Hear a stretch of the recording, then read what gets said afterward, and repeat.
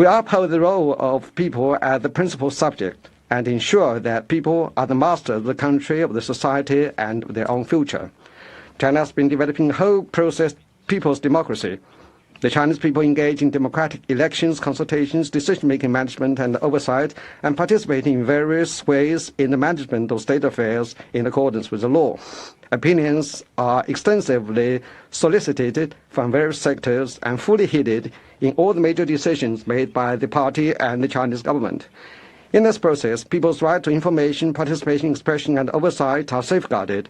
China ensures respect for and protection of human rights throughout all aspects of legislation, law enforcement, administration of justice, and compliance of the law.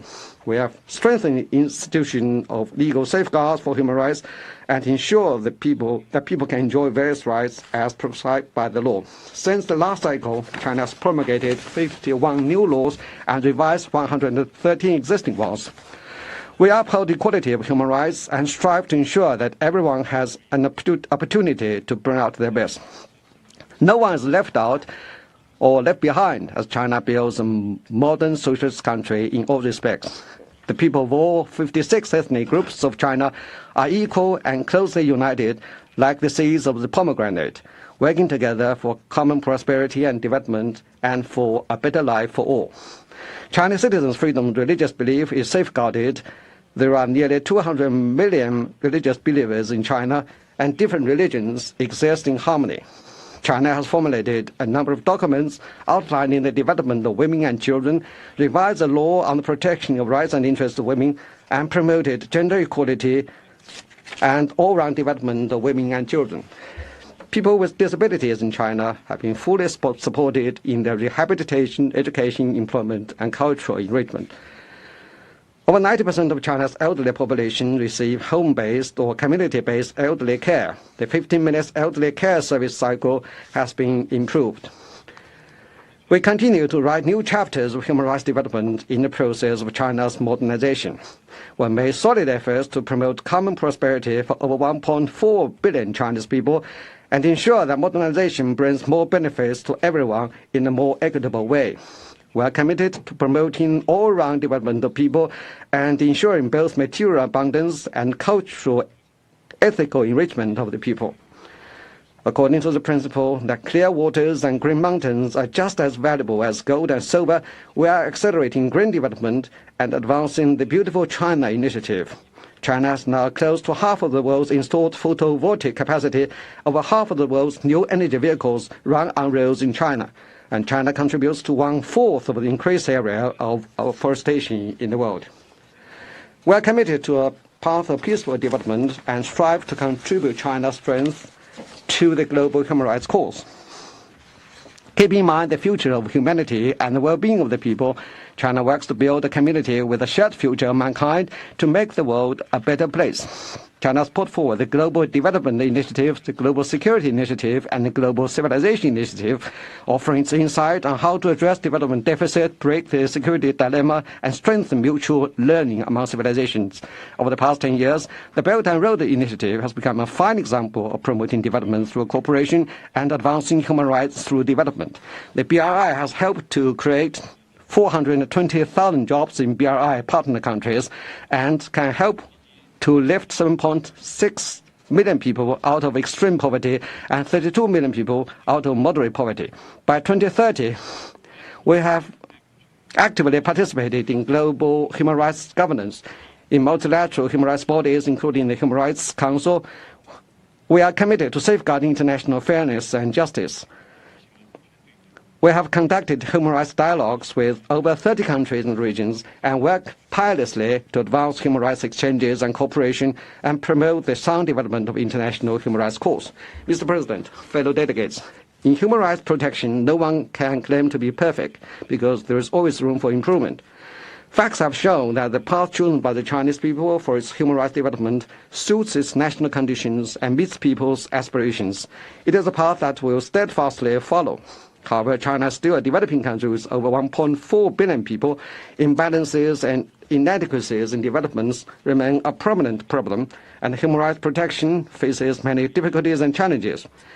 To better promote and protect human rights, my government will implement 30 new measures in the fields of legislation and administration of justice, people's well-being, high-quality development, protection of rights and interests of special groups, climate change, and international cooperation in human rights. Let me just cite a few examples in the interests of time. We will continue to improve people's well-being. We will ensure more equitable access to basic public services, improve rural housing conditions, better protect the rights and interests of workers in new forms of employment and low-paying jobs, as well as women, children, people with disabilities, and the elderly. We will also work actively to address the negative impact of climate change. Will continue to strengthen legal safeguards for human rights. We will formulate and improve legislation on preschool education, social assistance, and charity, and deepen the comprehensive and integrated reform of the judicial system. A new periodical national action plan on human rights will be formulated and implemented.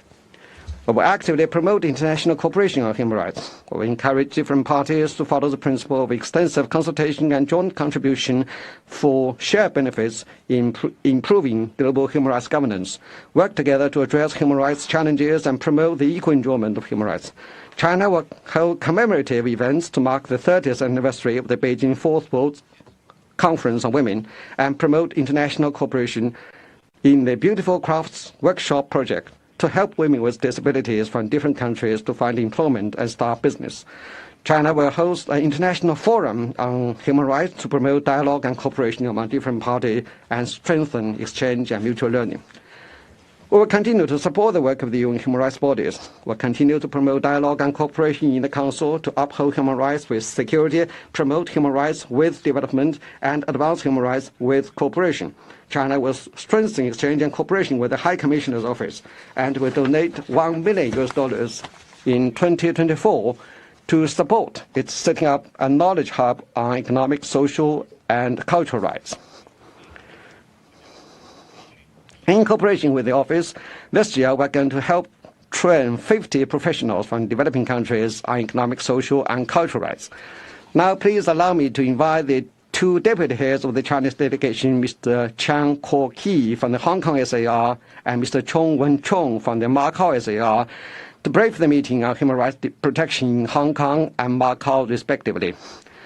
And in the following interactive dialogue, my delegation will take questions from participating countries in a candid manner, including questions received beforehand from the rapporteur countries. We also look forward to hearing your insights and suggestions on developing China's human rights course. I thank you, Mr. President. Mr. President, since the establishment of the Hong Kong Special Administrative Region in 1997, the principle of one country, two systems has been the cornerstone of our long-term prosperity and stability. This successful national policy ensures that our unique strengths are maintained while serving the fundamental interests of our country. With the implementation of the Hong Kong National Security Law and an improved electoral system, the days of social disturbance and fear are now over. Stability as well as law and order has been restored, and our city is back on track.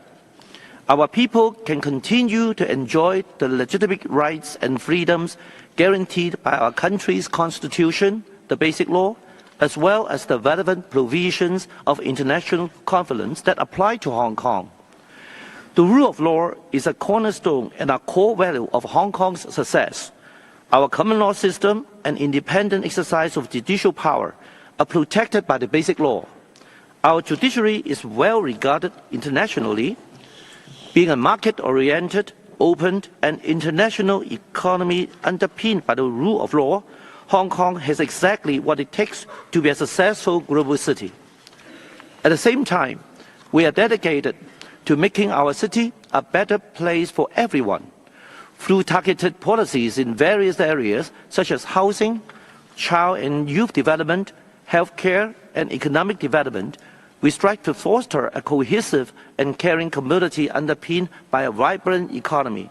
Mr. President, with unwavering support from our country and a unique one country, two systems formula, Hong Kong will continue to prosper as the city where the global advantage and the China advantage converge. Thank you. 主席先生。 Mr. President, the basic law of the Macau Special Administrative Region of the People's Republic of China, the international human rights conventions applicable to Macau SAR, and local laws together constitute the legal framework for the protection of human rights in Macau. Under the framework of one country, two systems principle and the basic law, the Macau SAR enjoys executive, legislative, and independent judicial power, including that of final adjudication. The Macau residents enjoy a wide range of rights and freedoms guaranteed by the law. Since the last round of review, the Macau SAR has committed to promote the protection of human rights. Major legislation and measures include the amendment of the legal framework of the judiciary to ensure judicial efficiency and to safeguard residents' rights of access to the law, the restructuring of a commission for disciplinary control of the security forces and to make it an external independent supervisory body and expand its oversight power, the promulgation of the law on minimum wage for employees to ensure the basic income guarantee for residents and non-resident employees, the amendment of the labor relation to increase the number of days of maternity leave and to introduce paternity leave, the amendment of the two-tier social security system, namely introducing non-mandatory central provident fund system on the basis of basic social security.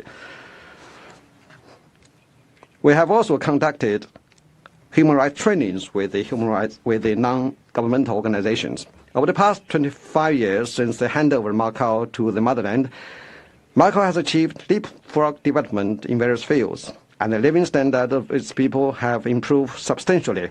With the support of the central government, the Macau SAR will fully implement the one country, two system principles and the basic law, accelerate the development of moderate economic diversification, and ensure Macau's long-term prosperity and stability. In the meantime, the Macau SAR will continue to optimize the legal systems on human rights protection, implement international human rights conventions in a better way to upgrade the level of human rights protection in Macau. I thank you. I thank you, Ambassador Chen, and your delegation for these statements. Your Excellencies, distinguished delegates and friends, we shall now begin our interactive dialogue.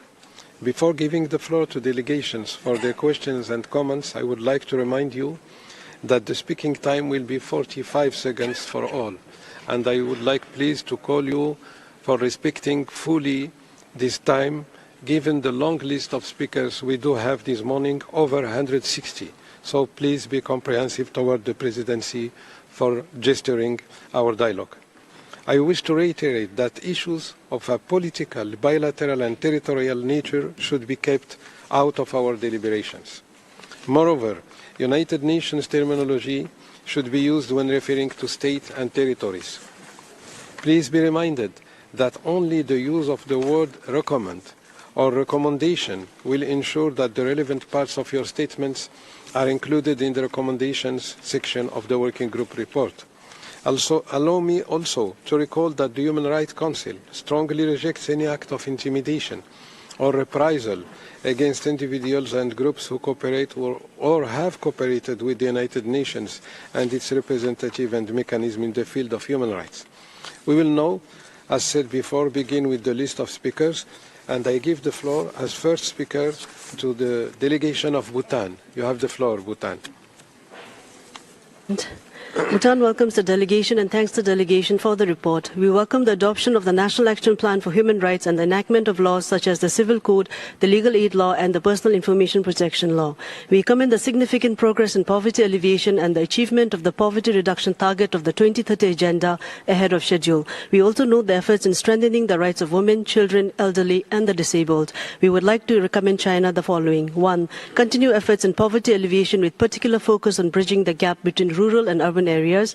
2. Continue to improve reproductive and mental health care services. And 3. Continue to strengthen the social security system in rural areas. We wish China a successful UPR. Thank you, Mr. President. Thank you, Madam, for Bhutan. Now the floor is for Bolivia. Gracias, Presidente. Thank you, President. A warm welcome to the distinguished delegation of China. We thank them for the presentation of the fourth national report. We commend the significant progress that has been made and China's constructive involvement with the UPR process. Bolivia has the following respectful recommendations. 1. To continue reducing development gaps between urban and rural areas and between regions, and including equal access to employment and education. Secondly, to continue making progress on its efforts to combat deforestation. Thirdly, to consolidate the results achieved and ensure access to education and the fight against school dropout. We wish China successful UPR. The floor is for Botswana. Mr. President, Botswana warmly welcomes the delegation of the People's Republic of China to the fourth cycle of the UPR process. We thank the delegation for the presentation of their comprehensive national report. Botswana commends the government of China for the commitment and progress made in the promotion, protection and respect for human rights through the completion of all set goals and tasks in the National Human Rights Action Plan 2016 to 2020. We further note the progress made in the implementation of the current National Human Rights Action Plan 21 to 2025. We, however, note the gaps such as inadequate participation of children living with disabilities with respect to issues affecting their rights and limited access to education. Botswana therefore invites China to consider the following recommendations. 1. To consider strategies that ensure that consultation process for the implementation of the Convention on the Rights of Persons with Disabilities are child-friendly, transparent and respectful to freedom of expression to enhance participation of children with disabilities. 2. Formulate a comprehensive action plan. Thank you, sir. The floor now is for Brazil. Thank you, Mr. President. We praise China for ratifying the 2013 Marrakesh Treaty, as we recommended in 2018. Brazil commends China for its efforts in the pursuit of development towards the eradication of poverty, expansion and improvement of education and health system for all, and the provision of adequate housing. We encourage efforts towards the ratification of the ICCPR.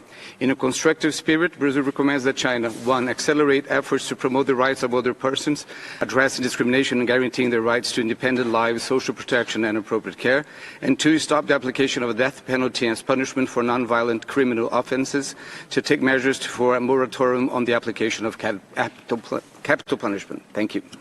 Thank you, Mr. Ambassador. The floor is for Brunei Darussalam. Mr. President, Brunei Darussalam thanks the delegation of China for the presentation and positive notes efforts made by the Chinese government to implement recommendations from the previous cycle.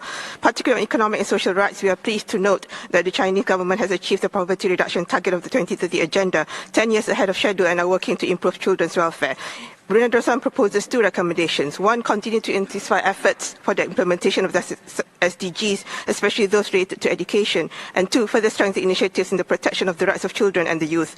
Mr. President, we wish China a successful review. Thank you. Thank you, Madam. Floor is for Bulgaria. Mr. President, Bulgaria acknowledges that since the third UPR cycle, China has enacted a number of new laws and revised existing laws with the aim to improve the protection of human rights and has eliminated absolute poverty, thus achieving the 2030 Agenda Poverty Reduction target. We know the implementation of China's fourth National Human Rights Action Plan for 2021-25 and encourage China to take additional measures to ensure respect for the freedom of thought, expression and religion, as well as to improve the civil society environment. Bulgaria recommends the following to China. 1. Take further steps to increase women's representation in the legislature, public administration and judiciary. And 2. Consider adopting a comprehensive strategy and, where appropriate, introduce legislation to ensure high-quality inclusive education for all children with disabilities. Thank you, Mr. President. Thank you, Mr. Ambassador. Le Burkina Faso, vous avez...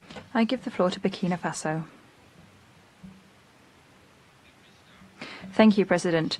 Burkina Faso extends a cordial welcome to the delegation of the People's Republic of China. We thank them for the presentation of the fourth UPR report.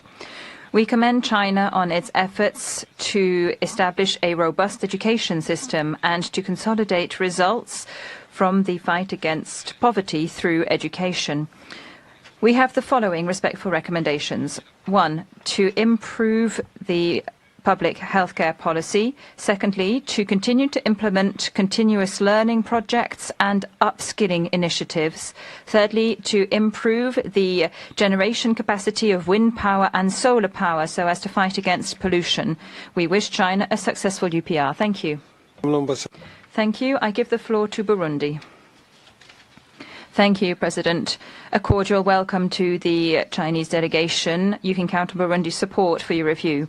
My delegation recognizes the success in your efforts to implement the strategy against poverty, as well as efforts to reduce social inequalities, to ensure social security, public health care, education, housing assistance and job assistance.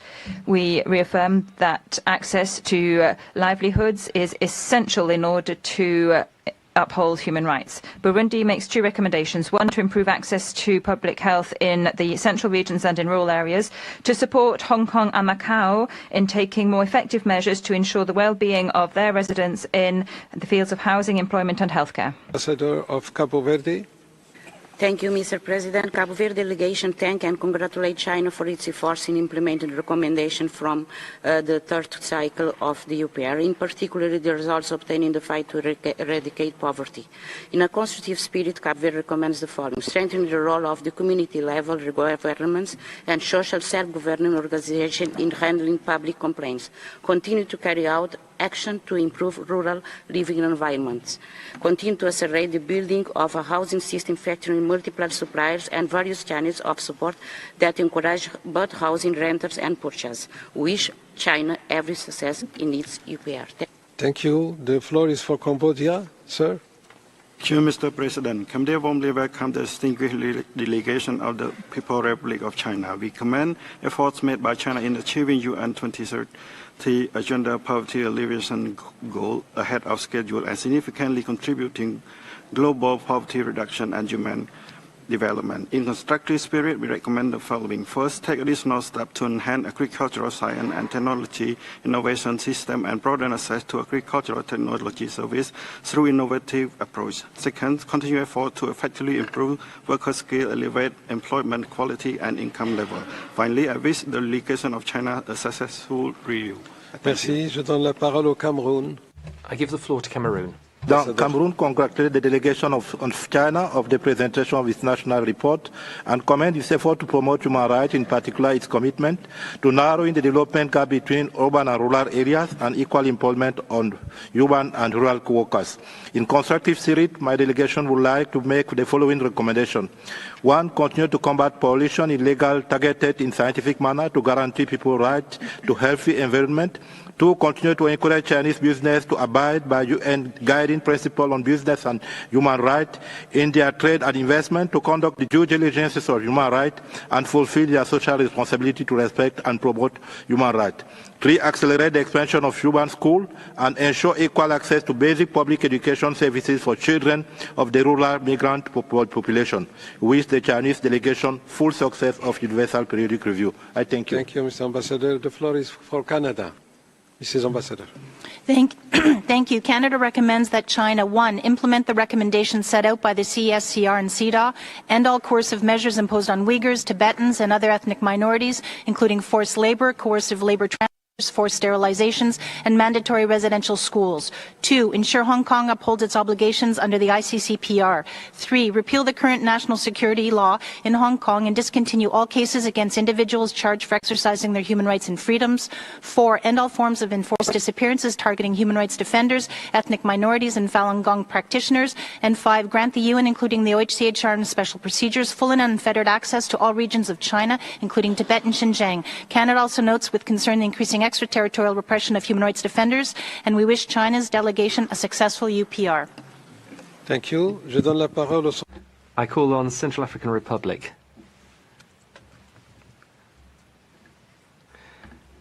Thank you, President. Chad welcomes the delegation of the People's Republic of China, and we congratulate you on presenting the national report to the fourth cycle. Significant progress has been made in implementing international obligations to combat forced labour. In the spirit of constructive spirit, we have the following recommendations. One, to continue implementing policies to combat poverty and intergenerational poverty, and also to promote ecological and environmental services and train in this area. We wish you every success in this review. Thank you very much. Merci, Madame. Thank you, Madam. Central African Republic, is the delegation in the room? If you are, you have the floor.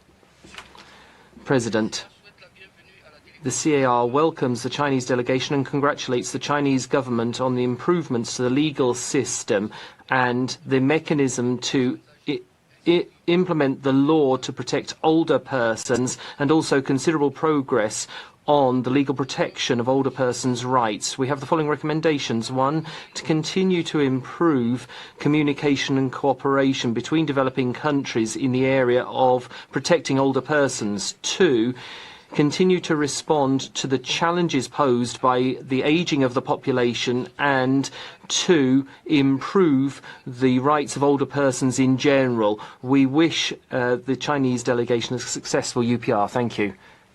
Chile.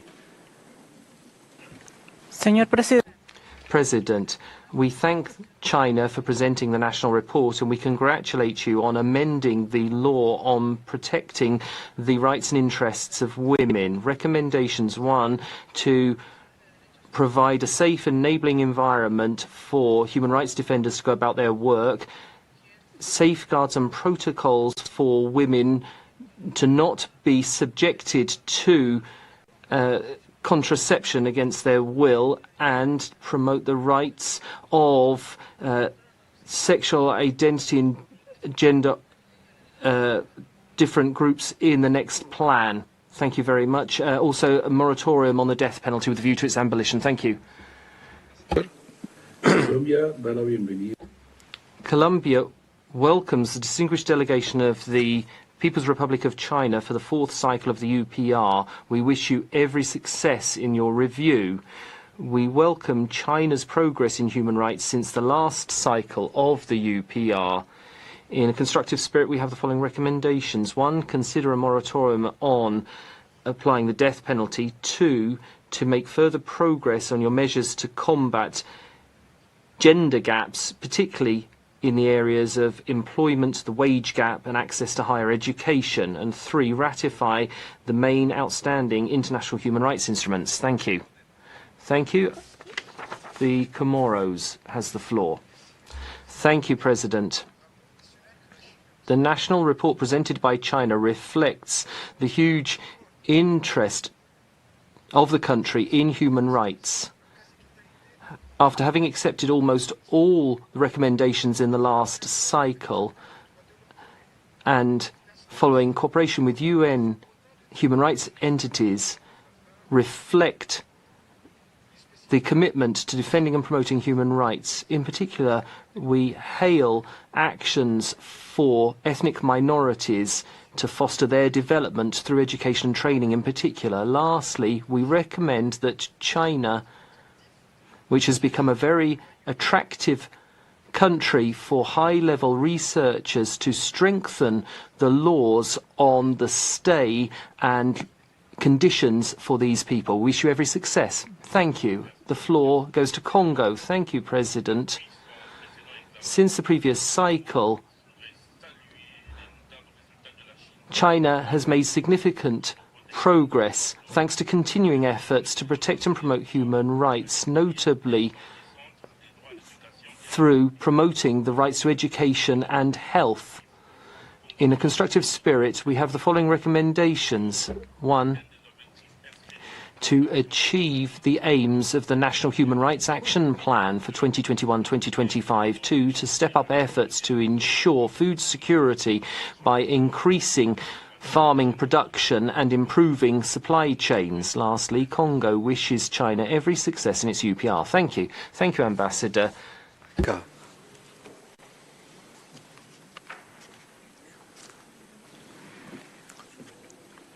Costa Rica, you have the floor. If not, then we move to la parole est à la Côte d'Ivoire. I call on Côte d'Ivoire. Thank you, President. Côte d'Ivoire bids a warm welcome to the Chinese delegation and congratulates it on efforts to meet its international obligations to promote and protect human rights through drawing up and implementing national human rights plans. The Ivorian government, in a constructive spirit, would like to make the following recommendations. 1, to ratify the International Convention to protect all persons from enforced disappearance. 2, step up efforts to close development gaps for women in urban and rural areas and across regions, and to promote women's development in line with the country's social and economic development, taking it further. We wish China every success. Mr. Ambassador.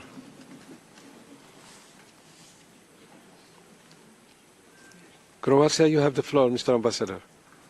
President, Croatia recognizes China's efforts in building a larger education, social security and healthcare system. However, we encourage China to establish strategies for lifelong education of older persons and improvement of their literacy. Furthermore, the implementation of recommendations by UN treaty bodies and special procedures could be advanced. Croatia has 3 recommendations. 1, ratify the International Covenant on Civil and Political Rights. 2, ratify the optional protocol to the International Covenant on Economic, Social and Cultural Rights. 3, adopt effective legislation measures to eliminate discriminatory acts against ethnic minorities. Croatia wishes China a successful review. Thank you. Thank you, Mr. Ambassador. The floor is for you, Mr. Ambassador Cuba. Gracias, Presidente. Thank you, President.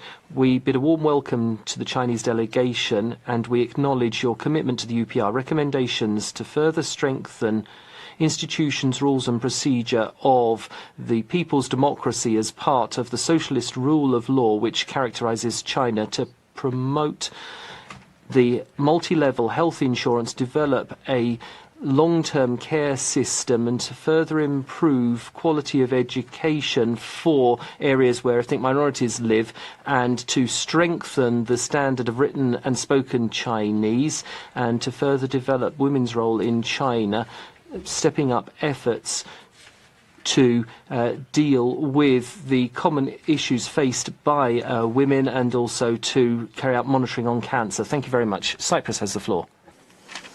Thank you, Mr. President. Cyprus welcomes the Chinese delegation and thanks them for their presentation. Since the last UPR cycle, China has made positive advancements as regards the improvement of living standards, elimination of poverty, advancement of healthcare, social security and education. Cyprus recommends continuing with progress on gender-related issues such as equal representation of women in senior and leadership positions, equal pay and increased legal protection for gender-based violence victims, reducing maternal mortality by continuing the improvement of the maternal and child health service system, considering the establishment of a moratorium on the use of the death penalty with the aim of working towards its total abolition. I thank you.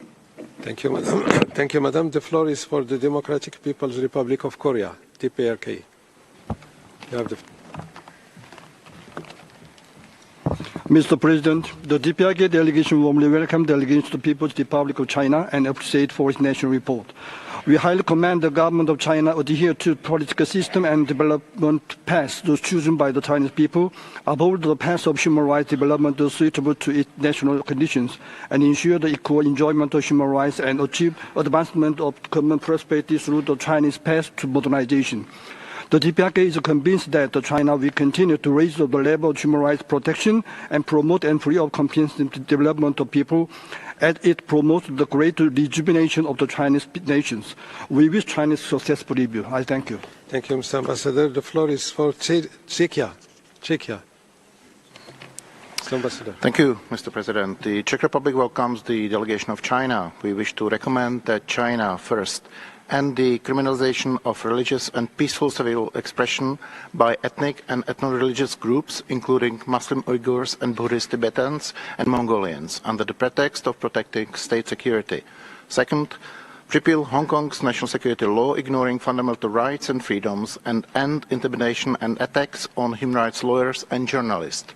Third, stop cross-border kidnappings and intimidating Chinese citizens living abroad. Fourth, end violating the freedoms and privacy of Chinese citizens via online censorship and surveillance. Fifth, refrain from the forcible repatriation of North Korean refugees to the DPRK. We wish China a successful UPR. Thank you. Thank you. The floor is for the Democratic Republic of Congo. Merci. Merci, Monsieur le Thank you, President. The DRC thanks the Chinese delegation presenting the national report. We congratulate you on all the efforts since the last cycle to promote people's democracy, rule of law, protect human rights, social justice and equity, notably through ratifying a number of international human rights instruments such as the 1930 Convention on Forced Labour, the 1957 Convention on the Abolition of Forced Labour and the Marrakesh Treaty. Recommendations: we encourage China to pursue efforts to strengthen environmental rights and those of specific groups. We wish China every success in its Universal Periodic Review. I thank you, President. Thank you. For Denmark. Thank you, Mr. President. Denmark welcomes the delegation of China. We recommend China to, 1, immediately implement the recommendations from the OHCHR assessment on Xinjiang, 2, release writers, bloggers, journalists, human rights defenders, and others arbitrarily detained for exercising their right to freedom of expression, and guarantee this right, including in Hong Kong. 3, immediately abolish cursed residential school systems imposed on Tibetan children and ensure that persons belonging to minorities can fully enjoy their cultural rights and use their own language. And 4, ratify OPCAT. Thank you. Thank you, Mr. Ambassador. La parole est à Djibouti. I call on Djibouti. Thank you, President. Djibouti welcomes the high-level Chinese delegation and thanks it for presenting its national report. My delegation welcomes significant progress made by China in promoting and protecting human rights, notably by integrating a number of recommendations from the third cycle into domestic law. We have the following recommendations. 1, to continue implementing all the tasks set out in the National Human Rights Action Plan 2021-2025 and strengthen the full inclusion of persons with disabilities in society, notably by promoting greater access of children with disabilities to education and vocational training. We wish China every success in the review. I thank you. I call on Dominica. Dominica commends China on its advancement in all key areas of human rights. Dominica supports China in its plan to continue to raise the level of human rights protection and promote the free and comprehensive development of all its people. Dominica makes 3 recommendations to China: to fully develop whole process people's democracy along the development path chosen by the Chinese people and the organic law-based governance of China for people-based all-inclusive development. 2, to continue taking measures for improving women's development, including increased participation of women in public affairs. 3, to continue measures to improve respect for and protection of human rights into the Constitution of the Communist Party of China and the Constitution of the People's Republic of China, and to uphold the equality of all before the law and social security system for all Chinese. Dominica wishes the government and people of China successful UPR and continued success and prosperity. Thank you, Mr. President. Thank you, Madam. The floor is for Dominican Republic. Thank you, President. The Dominican Republic welcomes the Chinese delegation and thanks it for presenting its national report. We applaud progress on eradicating gender discrimination in employment and fighting sexual harassment in the workplace. Recommendations: 1, continue improving the building of preschool centres and compulsory school levels, and further improve the protection of the rights and interests of women and promote gender equality. We wish you every success. Ecuador tiene la palabra. Gracias, señor presidente. Thank you, President.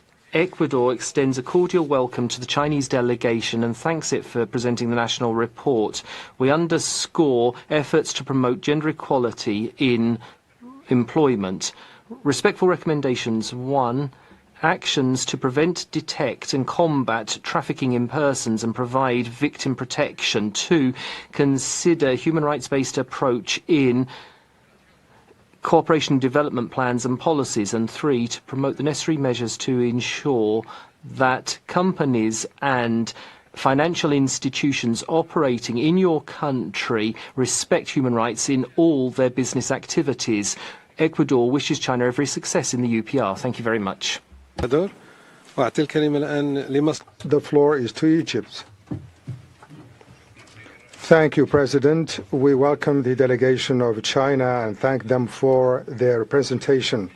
We applaud China's efforts in reinforcing national human rights mechanisms and improving human rights, particularly in rural areas, together with reinforcing policies on child and women rights, the rights of elderly, and the protection of personal data. In a spirit of constructive dialogue, we table the following recommendations. Firstly, continue proposing a resolution on the enforcement of economic, social, and cultural rights in the HRC. Secondly, implement the new amended law on women's rights. Thirdly, bolster legislations and policies and women's development. We wish the best for the government of China. Thank you, Mr. Ambassador. Guinea Ecuatorial tiene la palabra.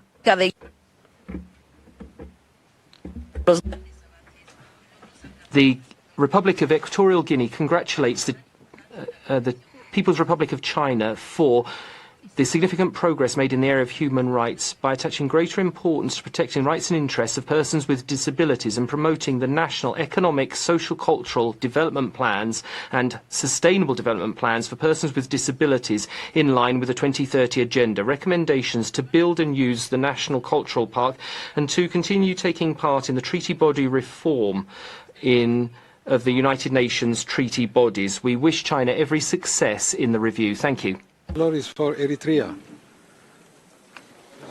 Thank you, Mr. President. Eritrea welcomes the delegation of the People's Republic of China and thanks for its national report.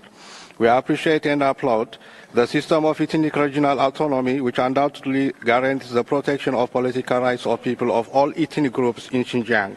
In the spirit of constructive engagement, Eritrea recommends the following. 1. Continue to improve the mechanism for supervising law enforcement and judiciary while improving those of law enforcement and judiciary personnel themselves. 2. Continue to uphold the regional ethnic autonomy system and comprehensively promote ethnic unity and progress. 3. Continue to promote and safeguard the rights of Hong Kong and Macau residents in accordance with all relevant local laws. We wish the People's Republic of China every success in its review. I thank you. Thank you, sir. The floor is for Estonia. Estonia welcomes the delegation of China. Estonia recommends China to ratify the ICCPR and its second optional protocol, respect and ensure the rights of persons belonging to ethnic and religious minorities, in particular in Xinjiang and Tibet. Enable all members of civil society to freely engage with international human rights mechanisms without fear of intimidation and reprisals. Cooperate fully with all human rights treaty bodies and implement their recommendations. Cooperate fully with OHCHR and special procedures mandate holders and ensure their unrestricted access to all regions of China. Enable unrestricted use of Internet by ensuring the safe flow of information without violating the freedom of opinion and expression. We wish China a successful UPR. Thank you. Thank you, Madam. The floor is for Ethiopia. Ethiopia warmly welcomes the delegation of China to the 45th session of the UPR Working Group of the Human Rights Council. Ethiopia applauds China for improving the criminal litigation system, rigorously implements legal principles so as to make the judicial procedures of human rights in a more orderly way and with stronger credibility. In the spirit of constructive engagement, Ethiopia recommends to the delegation of China to continue to strengthen the development of a culture of rule of law in society and carry out publicity and education on the rule of law. Finally, Ethiopia wishes a successful engagement to the delegation of China. I thank you, Mr. President. Thank you, sir. The floor is for Fiji. Mr. President, Fiji welcomes the delegation of China and commends the government for its commitment to poverty alleviation. Fiji applauds China's efforts through its targeted poverty alleviation strategy, which has seen nearly 100 million rural poor lifted out of poverty, thereby achieving the SDG poverty reduction target 10 years ahead of schedule.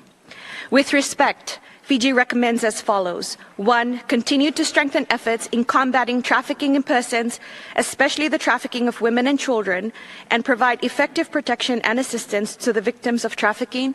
And 2. Continue to strengthen efforts in effectively implementing the Healthy China strategy, including improving access to affordable health care services, especially in primary care service at the local and in rural areas. I thank you. Thank you, Madam. The floor is for Finland. Mrs. Ambassador.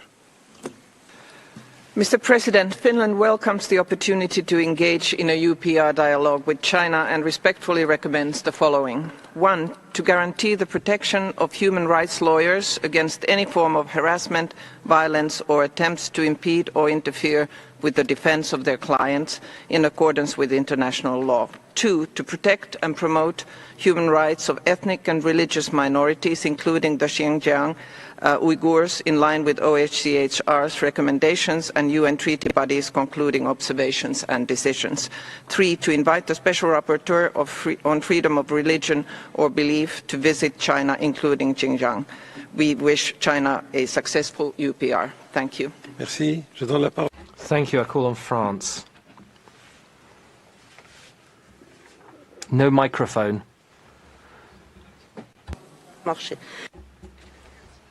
Thank you, President. France welcomes the Chinese delegation. We note the voluntary commitments made since re-election to the HRC. We have the following recommendations: a moratorium on the death penalty, ratify the International Convention on Enforced Disappearance, ensure protection of the freedom of religion, particularly for Uyghurs and Tibetans, and the report on the implementation ILO Conventions 29 and others, and strengthen forced residence in monitored places and ensure freedom of expression online and in Hong Kong. Thank you very much, President. Thank you. I give the floor to Gabon. President, my delegation welcomes the Chinese delegation and thanks it for presenting its national report. We commend actions to promote child protection through improvements to the law on the protection of minors and the law on preventing juvenile delinquency. In a constructive spirit, we recommend the following: 1, to continue to promote the rights of women, children, and to promote gender equality. 2, to further improve the curricula and general education in human rights, and 2, disseminate human rights throughout society. We wish China every success. I thank you, Ambassador. Please. Thank you, Mr. President. The Gambia welcomes the delegation of China and thank them for their interaction with the Human Rights Council today. We wish to commend the government of China for its commitment to narrowing the development gap between urban and rural areas and between regions, and for providing equal employment opportunities for rural and urban workers. Mr. President, while recognizing the efforts and commitments being made by the government of China, my delegation would like to make the following recommendations. 1, reinforces the safeguarding of ethnic and religious minorities' rights by promoting the preservation of cultural identities. 2, continue to advance administrative and judicial reforms for the ratification of the Convention on Civil and Political Rights. 3, increase information accessibility to help the elderly and people with disabilities. Thank you, Mr. Ambassador. The floor is for Germany. Mr. President, Germany welcomes the Chinese delegation commending the amendments to the law on the protection of women's rights and interests. Germany remains highly concerned about serious human rights violations, especially in Xinjiang and Tibet. Germany recommends to revoke all laws restricting freedoms of expression and assembly, cease all reprisals against human rights defenders and civil society organizations, implement all recommendations of the OHCHR report on Xinjiang and of UN treaty bodies, respect the rights of persons belonging to ethnic and religious minorities, including Xinjiang and Tibet, restore full respect for the rule of law and civil society and political rights in Hong Kong, abolish all coercive practices and labor transfer programs and boarding schools, adopt anti-discrimination legislation relating to diverse sexual orientations and gender identities, and to release all human rights defenders from arbitrary detention. Thank you. Thank you, sir. The floor is for Ghana. Mr. President, Ghana welcomes the delegation of China and commends the government for its efforts towards the promotion of socio-economic development, poverty reduction, increased access to education and healthcare, as well as adherence to the rule of law and social justice. In the spirit of constructive dialogue, Ghana recommends that China maintains its constructive engagement and collaboration with international human rights mechanisms, with a view to building on the progress achieved in previous UPR cycles, and continue the implementation of the Convention on the Rights of Persons with Disabilities and strengthen the creation of literary and artistic works for persons with disabilities. We wish China a very successful review process. I thank you. Thank you, Mr. Ambassador. Mr. Ambassador, I understand that your delegation would like to make some comments on the recommendation and observation received so far, so please, you have the floor. Mr. President, at the outset, I'd like to thank the delegations who have spoken for their positive comments about China's human rights cause and very important questions and recommendations. Before this session, China has received some advanced written questions. In order to save time, in the next interactive dialogue, we will respond to these questions in 3 rounds, and we will have some response to some similar questions together to save time. In the first round, I'm going to ask my colleagues from the NPC, the Ministry of Justice, the Development and Reform Committee of China, the Ministry of Agriculture, Ministry of Education, the State Council's Working Committee on Women and Children, Working Committee on Persons with Disabilities, the National Health Commission, the Information Office of the State Council to respond to the questions one after another. And then the Ambassador Chen Xu of the Chinese delegation will brief you on the China's participation in international human rights cooperation. Now I give the floor to my colleagues. Mr. President, I am from the National People's Congress. I'm going to answer the question concerning China's whole process people's democracy. Democracy is the common value of all humanity. The whole process people's democracy is guaranteed by a complete set of institutions. Under our constitution, all power belongs to the people. Our people elect their own representatives to the NPC and local people's congresses, which exercise state power on their behalf. The administrative, supervisory, and procuratory entities are then elected by the people's congresses, which are accountable to the people and subject to their supervision. There are together 2.77 million elected deputies, including 2.62 million at the county and township level. They are elected directly by over 1 billion voters nationwide on one-person, one-vote basis. Through multi-party cooperation and ethnic autonomy, our people are guaranteed the right to administer the state affairs.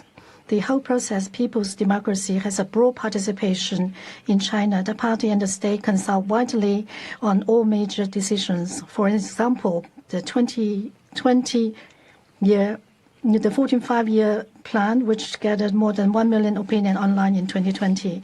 In our work, every draft law needs to be made public to see public opinion.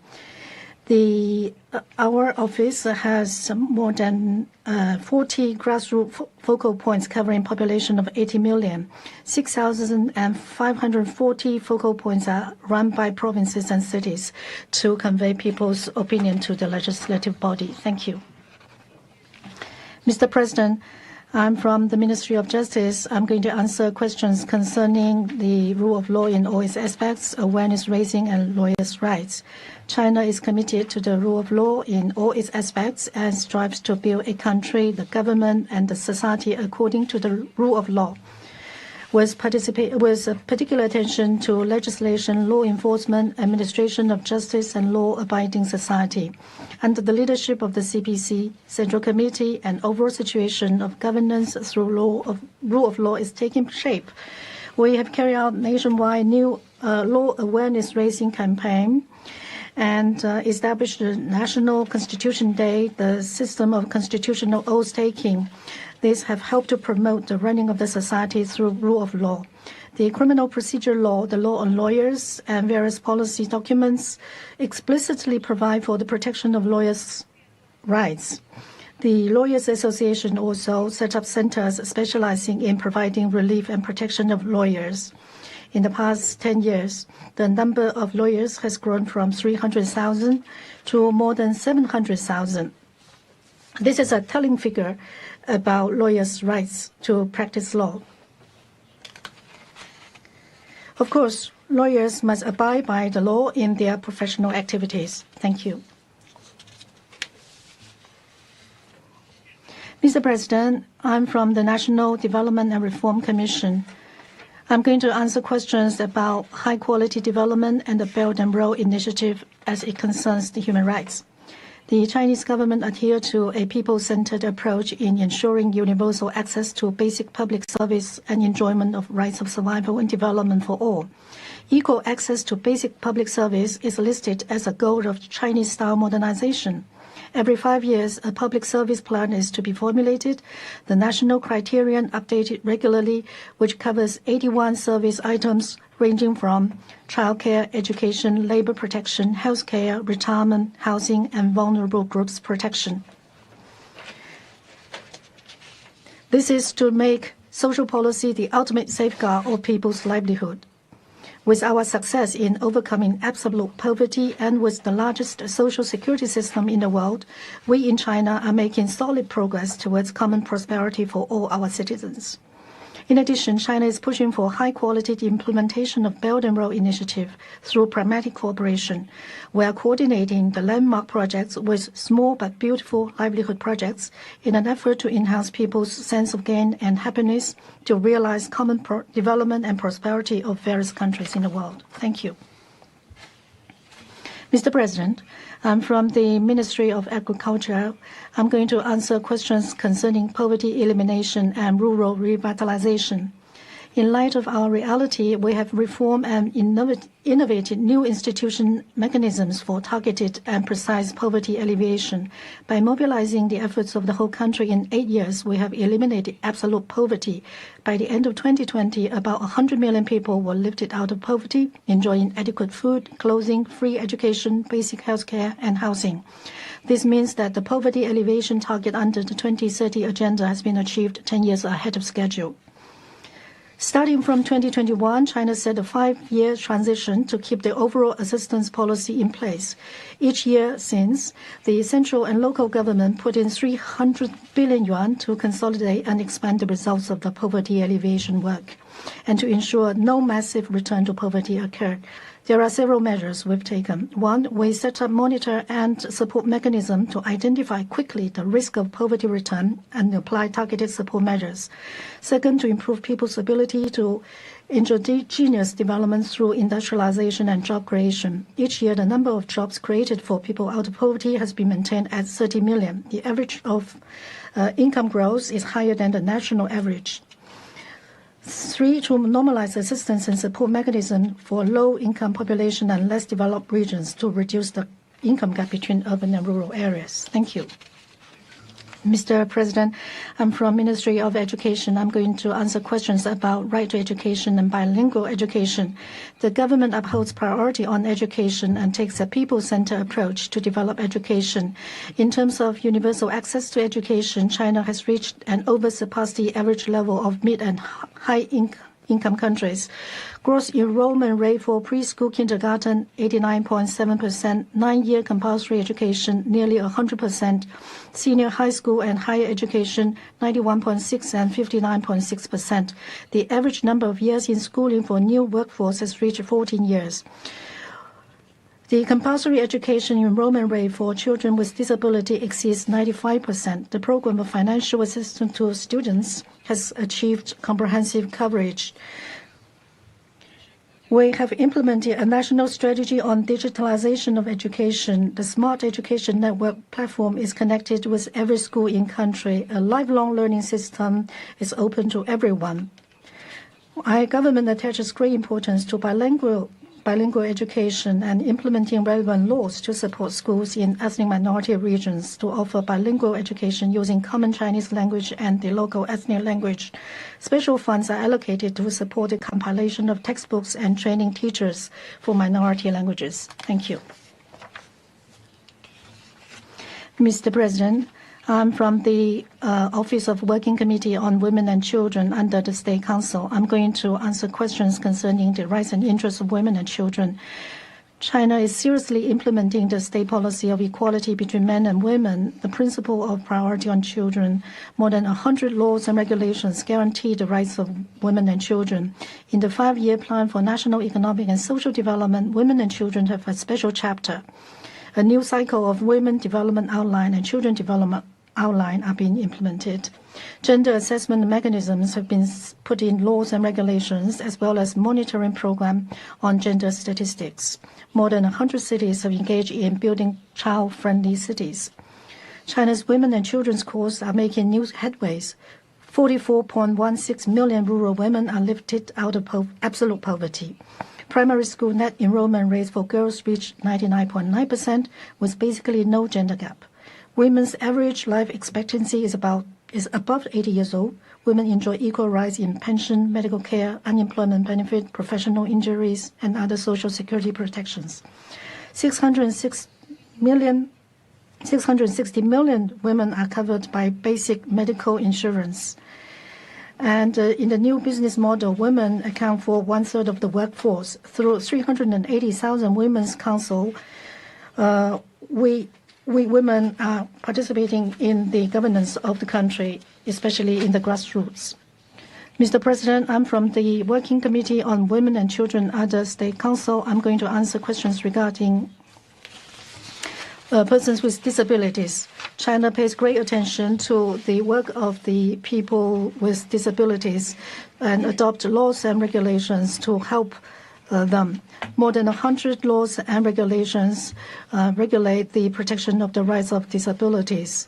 There are also social security and service care system in place. More than 7 million persons with disabilities in the rural areas are guaranteed of their basic living standards. 9 million persons with disabilities in the urban areas are employed or have their own business.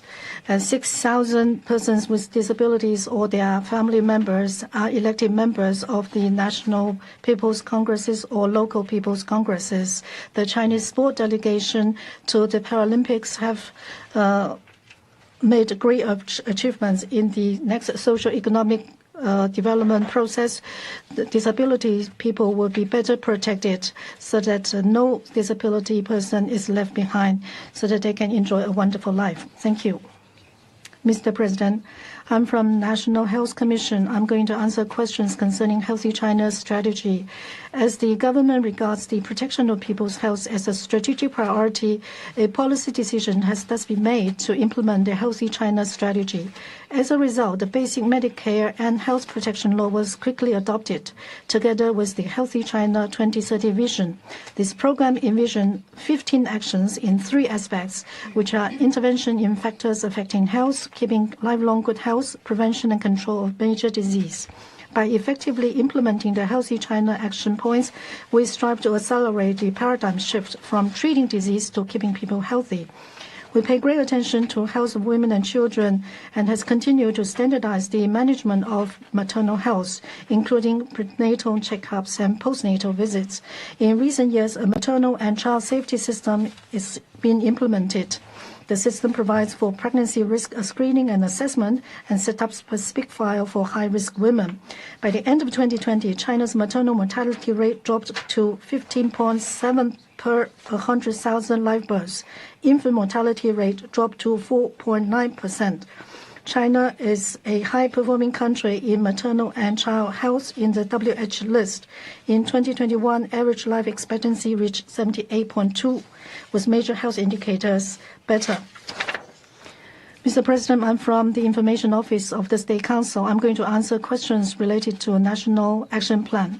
China formulated 4 national human rights action plans, which we have followed in takeaways in the implementation of this action plan. 1, we need to advance human rights in a coordinated fashion.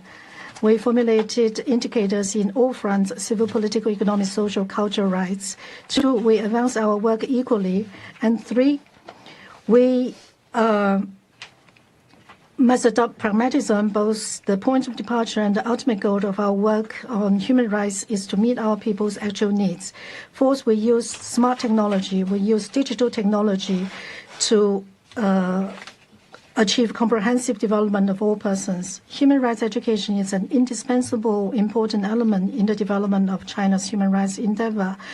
Human rights education is systematically organized in school. It takes different forms. And we also set up human rights discipline and subjects in Institute of Higher Learning. We also use media, exposition, seminar, and academic lectures to disseminate knowledge of human rights. And we also make effort to enhance human rights training on public servants and on overseas Chinese companies. Thank you. Mr. President, With regard to international human rights cooperation, we fulfill our international cooperation obligations. And on many occasions, we submit resolutions on contribution on human rights, contribution of development on human rights, the mutually beneficial cooperation in the field of human rights, and the promotion of economic, social, and cultural rights against the backdrop of elimination of inequality. We are committed to safeguarding international justice and equity to improve the representation and the voice of developing countries. With OHCHR, the special mechanism, the treaty bodies, we have engaged in constructive exchange and cooperation. We have invited the former High Commissioner, Madame Batchelor, an independent expert on the rights of the elderly, to visit China. We have responded timely and seriously to all the communications from special mechanisms. On the basis of equality and mutual respect, we have held dialogue with all sides. We hold Beijing Human Rights Forum, South-South Human Rights Forum, and the High-Level Forum on Global Human Rights Governance, and the 75th anniversary celebration of the Universal Declaration of Human Rights. We will actively participate in the United Nations Human Rights Affairs and to promote dialogue and cooperation and work together with all countries to promote the healthy development of international human rights cause. Thank you. Mr. President, this is the end of our first round of response. For those questions we have not responded, we will try our best to respond to them in the next two rounds. Thank you. I thank the delegation of China for its comments. And now we pursue our interactive dialogue. And for such purpose, I begin by giving the floor to the delegation of Greece. Greece, you have the floor. Mr. President, Greece welcomes the delegation of China and takes note of the steps taken since the last UPR review towards eliminating absolute poverty, advancing its healthcare and education systems, and ratifying key ILO conventions. Greece recommends the following: take measures to prevent the harassment, intimidation, and targeting of civil society members, journalists, human rights defenders, and lawyers. 2. Further ensure the full and unrestricted enjoyment by minorities of their cultural rights and their right to education, as well as protect their cultural diversity, practices, and heritage, in implementation of relevant CESCR and CEDAW concluding observations. 3.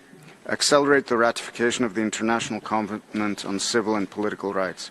We wish the delegation of China a successful UPR review. Thank you. Thank you, Mr. Ambassador. The floor is for Hungary. Thank you. Hungary thanks China for its detailed report. We believe that the UPR serves as a platform for constructive dialogue to promote human rights worldwide and shouldn't be used for the instrumentalization of human rights issues. Hungary is pleased that China has ratified or acceded to several human rights instruments since its last UPR. We appreciate the government's contribution to upholding the UN-centered international system and its expeditious implementation of the 2030 Agenda for Sustainable Development. We wish to make the following recommendation: further accelerate integrated urban and rural development. Hungary wishes to recommend continue to reinforce the protection of lawyers' rights to practice and continue to improve the world's largest education, social security and healthcare systems. I thank you. Thank you, Madam. The floor is for Iceland. Thank you, Mr. President. Iceland welcomes the delegation of China in its national report. In the spirit of constructive engagement, Iceland recommends the following: 1. Ratify the ICCPR. 2. Abolish the death penalty and ratify the ICCPR's second optional protocol. 3. Enforce the 2016 anti-domestic violence law and investigate and prosecute domestic violence cases. 4. End violations of reproductive rights and coercive enforcement of family planning policies, including those in Xinjiang. 5. Remove restrictions on freedom of expression and press freedom, including on Sogiersk-related media content, and allow registration of Sogiersk CSOs. I wish China all success for its review. I thank you. Thank you. The floor is for India. Mr. President, India warmly welcomes the delegation of China. India takes note of the progress made by China on the recommendations received during the previous cycle. India recommends the following: 1. continue taking steps to ensure further fullest enjoyment of basic human rights by its people through inclusive and sustainable development. Number 2, continue taking measures to promote gender equality and empowerment of all women and girls. Number 3, continue to play a constructive role in the realization of aspirations of developing countries, including through reform of multilateral institutions. Thank you, Mr. President. Thank you, sir. The floor is for Indonesia. Thank you, Mr. President. Indonesia thanks the delegation of China for its report. We appreciate continued commitment of China in developing national human rights action plan and promoting the right to development. In constructive spirit, we recommend China to 1, continue advance the right to health by improving regulatory framework to prevent, prepare, and respond to pandemic. 2, strengthen the protection of freedom of religion or belief for all people and ensure its effective implementation on the ground. 3, continue the efforts to ensure the right of all migrant workers and members of their family are fully safeguarded. Finally, we wish China a successful UPR. Thank you, Mr. President. Thank you, Mr. Ambassador. The floor is for Iran. Mr. President, the Islamic Republic of Iran welcomes the delegation of China to this review session and commend their full engagement with UPR mechanism. We appreciate the economic programs implemented by the government of China with the aim of promoting social, cultural, and economic rights in China. We also welcome the adoption of the National Action Plan for Human Rights. We recommend China to 1, implement the Healthy China Initiative and the Patriotic Health Movement and advocate healthy lifestyles. 2, to continue to protect the cultural rights of ethnic minorities and increase support for the development of ethnic minority areas. The Islamic Republic of Iran wishes for China all the success in implementation of the UPR process. I thank you. Thank you, sir. I give the floor to Iraq.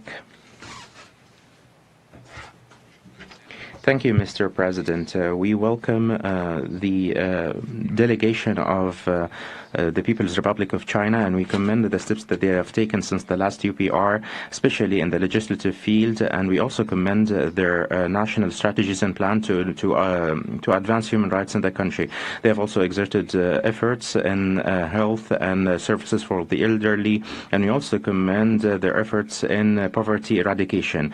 In the spirit of constructive dialogue, we have the following recommendations. First, to improve the situation of women in rural areas. 2, to exert more efforts in the framework of the national plans to improve the marine ecology and to exert more efforts to protect a cultural heritage. And we wish China all success in this UPR. Thank you.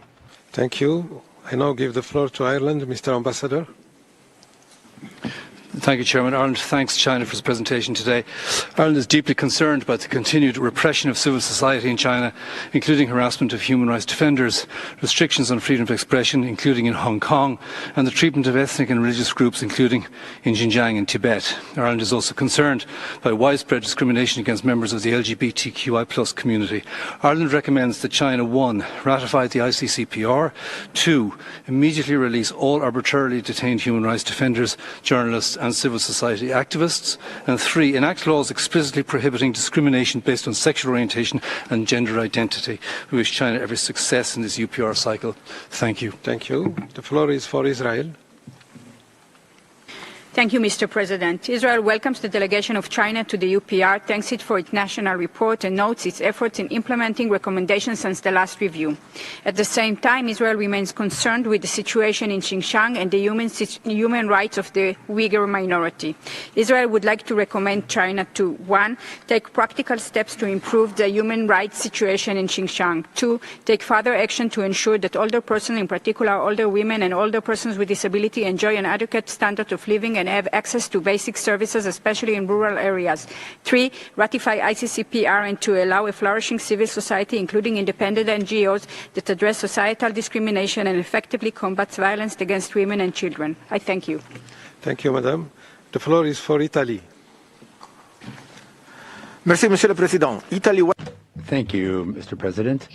Setting its commitment to the UPR, Italy recommends China to introduce a moratorium on the death penalty, adopt rigorous procedure for reviewing capital sentences and reporting death penalty cases, provide information on the identity and number of individuals waiting for execution, as well on death sentences and executions, take effective measures to prevent any form of discrimination against ethnic and religious groups and minorities, guarantee freedom of opinion and expressing, enhancing effort to create an environment in which journalists, human rights rights defenders and NGOs can freely operate in accordance with international standards, removing obstacles to their access to information, mobility, and interaction with the civil society. Italy wishes China a successful UPR. Thank you. The floor is for Jamaica. Thank you, Mr. President. Jamaica warmly welcomes the delegation of the People's Republic of China to today's UPR exercise and thanks them for their comprehensive presentation. We commend the delegation on the progress in the implementation of the recommendations accepted during the third UPR cycle. My delegation notes positively that China has recorded robust social and economic development. We note further that through the implementation of its poverty alleviation strategy, the welfare of approximately 100 million rural poor has been improved. Additionally, we welcome efforts to improve the situation of vulnerable groups, including the elderly, women, children, and the disabled, as well as initiatives aimed at improving the health of citizens throughout their life cycles. We support the government's efforts to implement other reforms, including those to safeguard the rights of lawyers to practice law and improve their participation in the litigation system. We wish the delegation of China every success for this UPR process. I thank you. Thank you, Madam. The floor is for Japan. Mr. President, Japan is concerned about the human rights situation in China and makes the following recommendations. Protect the rights of the minorities, including Tibetans and Uyghurs, including their rights to enjoy their cultural and religious practice as recommended by CESCR. Guarantee the fundamental rights and freedom of the set forth under the Hong Kong Basic Law and improve the one country, two systems.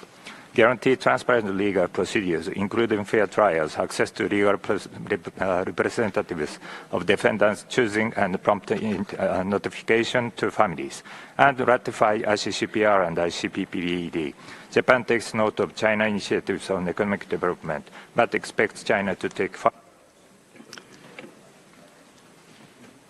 Thank you, Mr. Ambassador. The floor is for Jordan.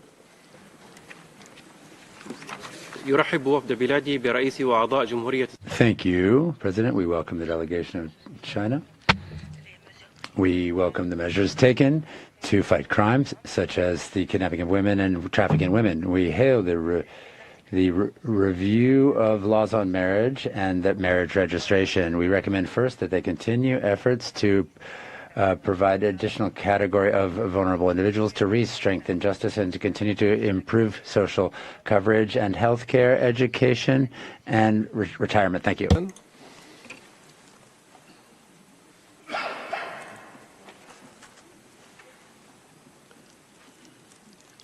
Kazakhstan, you have the floor. Thank you, Mr. President. Kazakhstan warmly welcomes the delegation of the People's Republic of China. We commend the country's achievements in poverty reduction, in promoting gender equality, and the balanced development of education between urban and rural areas. My delegation would like to make the following recommendations. 1. Continue to engage constructively with OHCHR special procedures and treaty bodies. 2. Optimize the allocation of regional higher education resources and promote the revitalization of higher education in central and western regions. 3. Maintain the implementation of the judicial reform plans and continue to promote the modernization of the system and capacity. 4. Strengthen the whole process of monitoring the quality and safety of agricultural products. We wish the delegation of China a very successful review. Thank you, Mr. President. Thank you, Madam. The floor is for Kenya. I thank you, Mr. President. Kenya warmly welcomes the high-level distinguished delegation of the People's Republic of China to this cycle of UPR process and thanks them for their national report and its oral update. Kenya attaches great importance to China and commend it for acceding to the Convention abolishing forced labor and the Marrakesh Treaty and welcome the economic development cooperation programs undertaken, including in Kenya. We make the following recommendations for consideration. 1. Continue to implement the Sustainable Development Goals 2030 and the policy of prioritizing conservation, protection, and natural restoration. 2. Continue to strengthen and improve the regulatory systems for food and drug safety measures. Finally, we wish the delegation of China a very successful EPR process. I thank you. Thank you. وأعطي الكلمة الآن للكويت. Give the floor to Kuwait. Thank you, President. We have taken note of, and very carefully so, of the report of which we are seized. We would like to avail ourselves of this opportunity to hail the efforts deployed in the drafting of this document and this report. We have the following recommendations. 1. Continue to bolster religious tolerance in Xinjiang. 2, to continue the development of legislation and labor mechanisms for the protection of workers. 3, strengthen the promotion of education, including in science and the preservation of biodiversity. Thank you. Mr. Ambassador.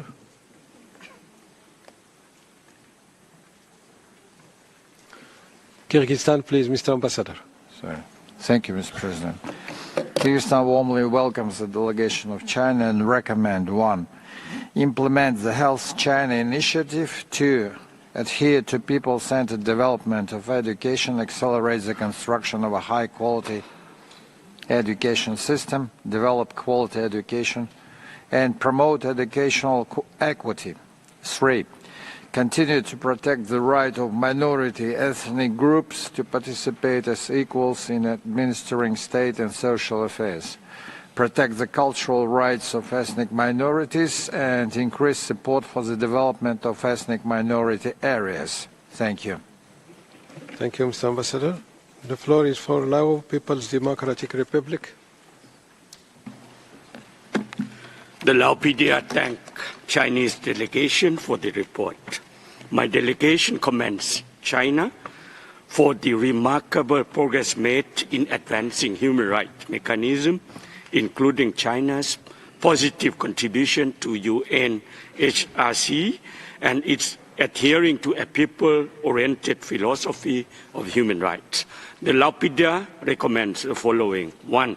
Continue to improve judicial system and enforce judicial accountability. And 2, continue to improve the capacity for disaster prevention, mitigation, relief, and response to major public emergencies. I thank you, Mr. President. Thank you, sir. The floor is for Latvia. Thank you, Mr. President. Latvia welcomes the delegation of China to the UPR working group.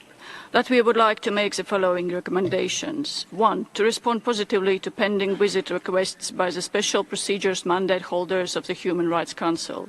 2. To consider ratification of the International Covenant on Civil and Political Rights. 3. To cease the regulatory and judicial persecution of human rights defenders and journalists for exercising their rights to freedom of expression, association and peaceful assembly. Latvia wishes the delegation of China success in the review. I thank you. Thank you, Madam. The floor is for Lebanon. السيد الرئيس يرحب. Thank you, President. Lebanon wishes a warm welcome to the Chinese delegation, and we commend the progress that China has achieved in fighting poverty, in promoting human rights, especially as regards socioeconomic rights. In a constructive spirit, we recommend 1.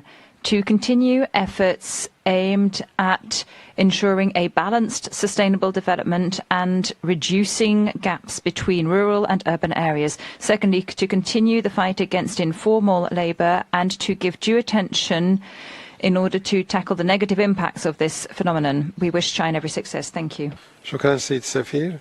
I now give the floor to Lesotho. Thank you, Mr. President. Lesotho welcomes the distinguished delegation of China to the 4th UPR cycle. We welcome efforts made by the government to improve the function of the judiciary by integrating modern science and technology in the work of the judiciary. Whilst noting the positive developments made, Lesotho wishes to recommend China to 1. Bolster efforts to combat new types of cyber and transnational crimes. 2. To continue efforts to ensure universal health coverage in the country, especially in disadvantaged communities. And lastly, to consider ratifying the Convention on Enforced Disappearance and the Convention on the Rights of Migrant Workers. We wish China every success with this UPR cycle.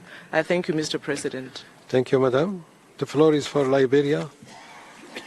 Thank you. Thank you, Mr. President. Liberia extends a warm welcome to the People's Republic of China and expresses gratitude for the presentation of a comprehensive national report. We wish to commend the steps taken by China since the last cycle, particularly towards economic and social development, which has had a substantial progress in education, social welfare, healthcare, and poverty reduction. My delegation would like to make the following 2 recommendations. Further enhance the provision of compulsory education and public services in rural areas. Strengthen the legislative framework safeguarding women's rights and interests. Liberia wishes China a successful UPR review. Thank you. Thank you. I give the floor to Libya. Libya لكم كلمة. شكرا السيد الرئيس. Thank you, President. We wish the Chinese delegation a warm welcome, and we commend them for the report, which shows the progress achieved and cooperation with the Human Rights Council. We commend the measures taken to ensure that citizens enjoy their social and economic rights. We recommend, firstly, to continue strengthening the role of justice, especially for the promotion of human rights. Secondly, to continue efforts to combat poverty. Thank you. I now give the floor to Liechtenstein by video message. Thank you, Mr. President. In a constructive spirit, Liechtenstein recommends that China first ratify the International Covenant on Civil and Political Rights and its optional protocols. Second, implement the recommendations of the OHCHR's assessment of the human rights concerns in the Xinjiang Uyghur Autonomous Region. Third, ensure that human rights defenders, journalists, and lawyers, including in Hong Kong, are not targeted for exercising their freedom of expression, association, and peaceful assembly in line with international human rights law. And fourth, establish a moratorium on the death penalty with a view to its complete abolition. We thank you. Thank you, Mr. Ambassador. The floor is for Lithuania. Thank you, Mr. President. Lithuania welcomes the delegation of China and would like to make the following recommendations. One, ensure that children in all regions, including Tibetan children, are guaranteed the right to use their language in every aspect of their schooling. Two, guarantee the right of all citizens to opinion and expression without fear of reprisals and censorship in all regions, including Hong Kong, Tibet, and others. Three, ensure that all detainees are formally accounted for, granted access to their families, and held in officially recognized places of detention. Four, prevent attempts to interpret national security laws as justification to target human rights defenders, journalists, and other media workers outside the country. We wish China all success in the current UPR. Thank you. Thank you, Mr. Ambassador. The floor is for Luxembourg. Merci, monsieur. Thank you, President. Luxembourg extends a cordial welcome to the Chinese delegation, and we acknowledge the efforts that have lifted hundreds of millions of people out of poverty. We have the following recommendations. 1, to ratify the ICCPR. 2, to abolish the death penalty. 3, to address a standing invitation to this Council's special procedures. 4thly, to implement the recommendations of the report of the Office of the High Commissioner on the Human Rights Situation in Xinjiang. 5, to review the legal framework on national security for Hong Kong and China and bring it into line with international human rights law. And 6, to repeal the practice of residential surveillance at a designated location. Thank you. I thank the Ambassador and give the floor to Madagascar. Thank you, President. Madagascar would like to thank China for its national report. We commend China on the progress made since the previous review. In particular, we commend its accession to the 1930 and 1957 conventions on the abolition of forced labour. We also commend the development and implementation of 4 national human rights plans. In a constructive spirit, Madagascar recommends 1, to fully implement the right to housing, ensuring that buildings provide accommodation for individuals and families with low income and not for speculation. And secondly, to step up efforts to ensure a sufficient and balanced development for the various facets of the population in urban and rural areas. Thank you. We wish China every success. Thank you. Malawi. Thank you, Mr. President. Malawi welcomes China to this review, and we note the progressive steps taken by China in the promotion and protection of human rights.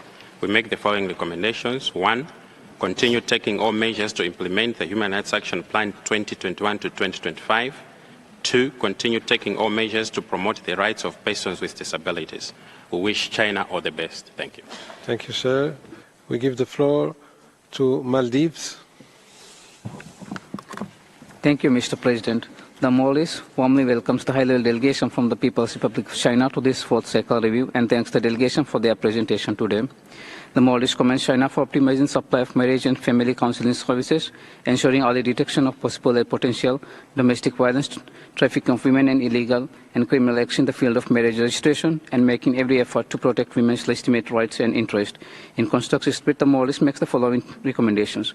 Continuously promote the implementation of the United Nations Framework Convention on Climate Change and its Paris Agreement, and actively carry out South-South cooperation on climate change. We wish China a successful review. I thank you, Mr. President. Thank you, sir. I give the floor to Malaysia. Thank you, Mr. President. Malaysia commends China for the remarkable progress in economic and social development, especially in poverty eradication. In this spirit of constructive engagement, Malaysia recommends China the following. 1. To enhance initiatives to broaden older people's access to public service, and 2. To continue promoting religious and social harmony, including by strengthening constructive engagement with human rights mechanism. Malaysia wishes China every success in its review. Thank you. Thank you, Madam. Je donne la parole au... I give the floor to Mali. Thank you, President. Mali extends a cordial welcome to the delegation of the People's Republic of China. We commend their participation in the 4th UPR cycle. My delegation commends China's efforts, which led to its achieving the first goal of the century within the set timeline. This was building a moderately prosperous society in all areas and reducing poverty as foreseen by the 2030 Sustainable Development Programme. My delegation would also like to highlight significant improvements in access to education for children and teenagers with disabilities through the creation of a first specialised university in rehabilitation, vocational training for people with disabilities and their access to employment. Mali recommends to continue to boost trade and promote cooperation with developing countries and reduce poverty, to continue to strengthen human rights for people in vulnerable situations. Thank you. Malta. Thank you, President. Malta warmly welcomes the delegation of China and would like to recommend the following. 1. Enact legislation to abolish the death penalty and establish a moratorium as an interim measure. 2. Enforce legislation to combat snatching and hiding of children as a method to hold custody of children during family court proceedings. 3. Consider enacting national legislation that specifically protects all human rights of LGBTIQ persons. 4. Recognize all ethnic groups in the country on an equal basis as recommended by the Committee on the Elimination of Racial Discrimination. We wish the delegation of China a successful review. I thank you. Thank you, Mr. Ambassador. The floor is for Marshall Island by video.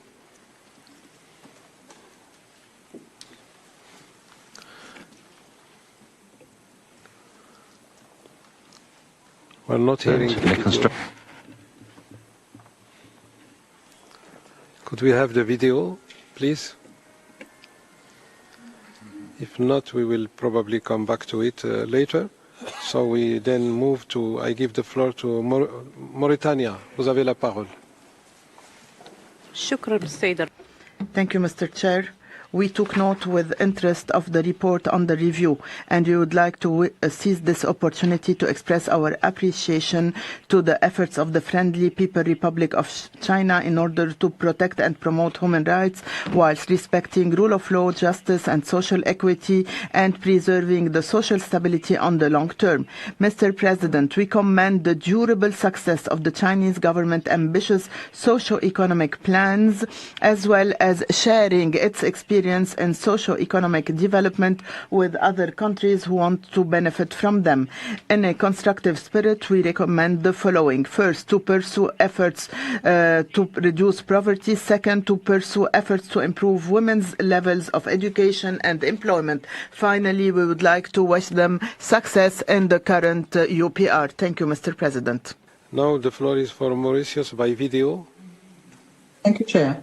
The Mauritius delegation would like to extend a very warm welcome to the high-level delegation of the People's Republic of China. Mauritius extends its appreciation to the Chinese government for its voluntary contribution to the trust fund supporting the work of the least developed countries and the small island developing states in the Human Rights Council. In a spirit of cooperation, we would like to recommend that China continue to improve the legal system for preventing and stopping sexual harassment in the workplace and provide effective legal remedies for victims. We wish the People's Republic of China a very successful review and continued progress. Thank you. Thank you, Mrs. Ambassador. And now Mexico by video also. We welcome the delegation of China. We welcome the visit of the independent expert on the enjoyment of human rights for older persons. We recognize the constant successes made in the fight against poverty. Mexico recommends, 1, to consider accepting requests for visits by special procedures and to provide them access and information in accordance with the terms of reference. 2, to ratify the optional protocol to CEDAW, to protect sexual and reproductive rights for all women, and to take measures to encourage their political participation, including through a quota system. 3, to implement recommendations on businesses and human rights issued by the CESCR. Thank you. We wish you every success. Dora. And now we try to come back to the video of Marshall Island. Please. Marshall Islands welcomes the delegation of China and thank them for the report. We recommend the following for consideration. 1, implement the recommendations of the CESCR to align with the Paris Agreement by increasing taxation on emissions, suspending ongoing financing for coal-fired power plants, and replacing fossil fuel by increasing renewable energy. 2, implement the recommendations of CEDAW and CESCR by putting an end to sexual and gender-based violence against women of ethnic minorities and allowing full enjoyment of their cultural rights and right to education. 3, implement the concluding observations of CEDAW and CRPD recommending to immediately stop reprisals against human rights defenders, journalists, and individuals belonging to minority groups. And 4, adopt a human rights approach in its development and cooperation policies. Como dada, and I thank you. Thank you. The floor is for Mongolia. Thank you. Mongolia welcomes China's accession to the Convention on Forced Labor and Convention on the Abolition of Forced Labor. We further note with appreciation the launch of the medium and long-term action plans for the protection of women, children, and people with disability, and encourage the effective implementation. In the spirit of constructive dialogue, Mongolia would like to recommend China to continue its efforts to combat trafficking in persons, to take necessary measures to protect and promote cultural diversity, to continue its efforts to address all forms of violence against women and girls, to promote gender equality and increase women's representation in political and public life. I thank you, Mr. President. Thank you, Madam. The floor is for Montenegro.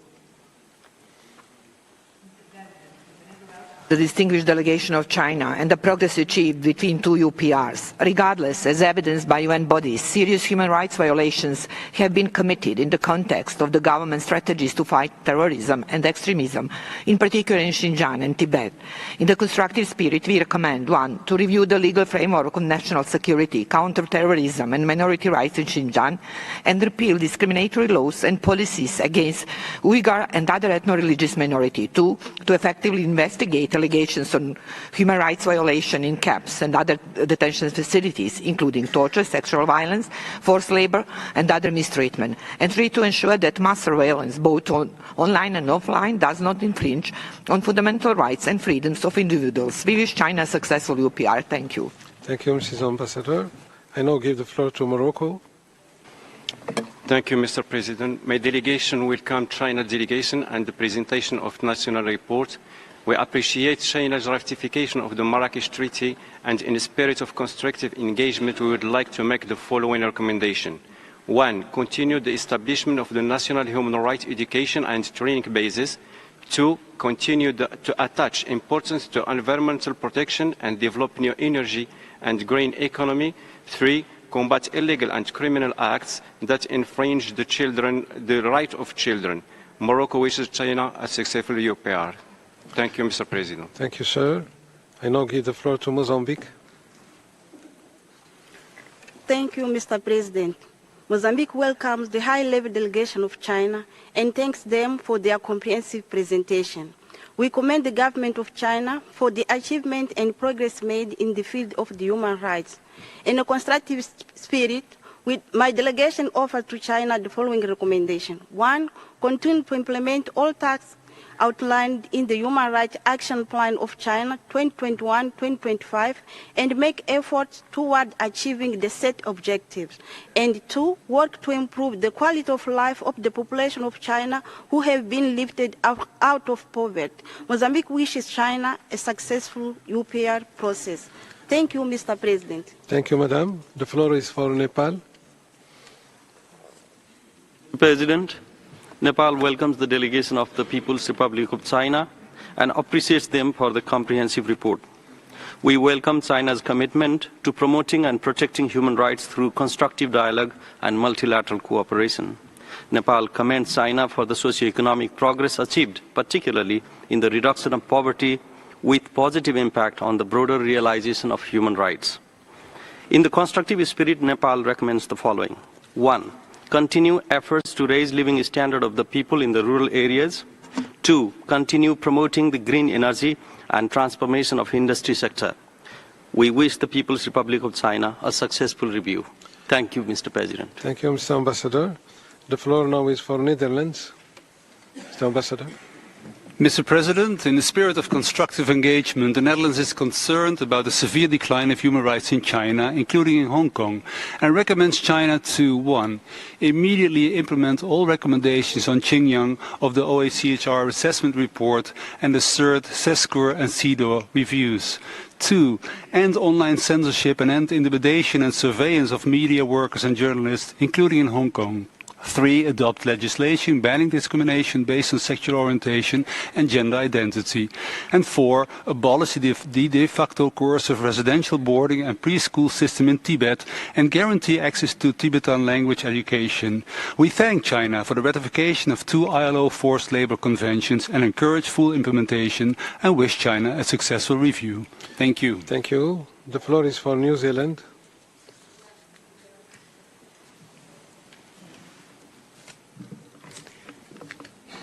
You have the floor. Mr. President, New Zealand welcomes China's presentation to this UPR session and recommends that China, 1. Ratify the ICCPR and its second optional protocol, 2. Implement the Human Rights Committee's 2022 recommendations to repeal the 2020 Hong Kong national security law and ensure processes to enact a new law are transparent and fulfill Hong Kong's commitments under the ICCPR, 3. Implement the 2023 recommendations by CESCR and CEDAW on the right to freedom of thought, conscience and religion by ethnic and religious minorities, including ethnic Uyghurs and Tibetans. 4. Implement all recommendations from the 2022 OHCHR assessment of human rights concerns in Xinjiang. And 5. Strengthen national legislation and public policy to explicitly prohibit all forms of discrimination, including on grounds of sexual orientation and gender identity. We thank the delegation for their participation today. Thank you, Mrs. Ambassador. The floor is for Nicaragua.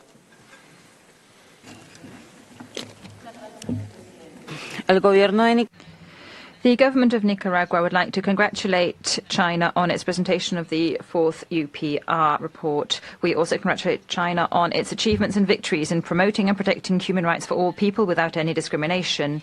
Nicaragua, bearing in mind the right to sovereignty and self-determination, recommends the following. 1. To further continue urban and rural development and coordinated regional development and to promote a swifter improvement of living standards in rural areas and the central and western regions. 2. To continue implementing the plan for the development of women in China 2021-2030 and the plan for children. We reiterate our recognition for China's efforts to improve protection and promotion of human rights. Thank you. The floor, je donne la parole au Niger. I give the floor to Niger. Thank you, President. Niger extends a cordial welcome to the delegation of China. We congratulate China on the presentation of the national report. Niger commends China for having respected the use of various ethnic languages and also for the other significant progress achieved since the last UPR cycle. In a constructive spirit, Niger recommends 1. To continue improving the quality of life of people who have been lifted out of poverty. Secondly, to continue boosting assistance for employment for people from disadvantaged backgrounds. Niger wishes China every success. Thank you. I now give the floor to Nigeria. Thank you, Mr. President. Nigeria warmly welcomes the delegation of the People's Republic of China.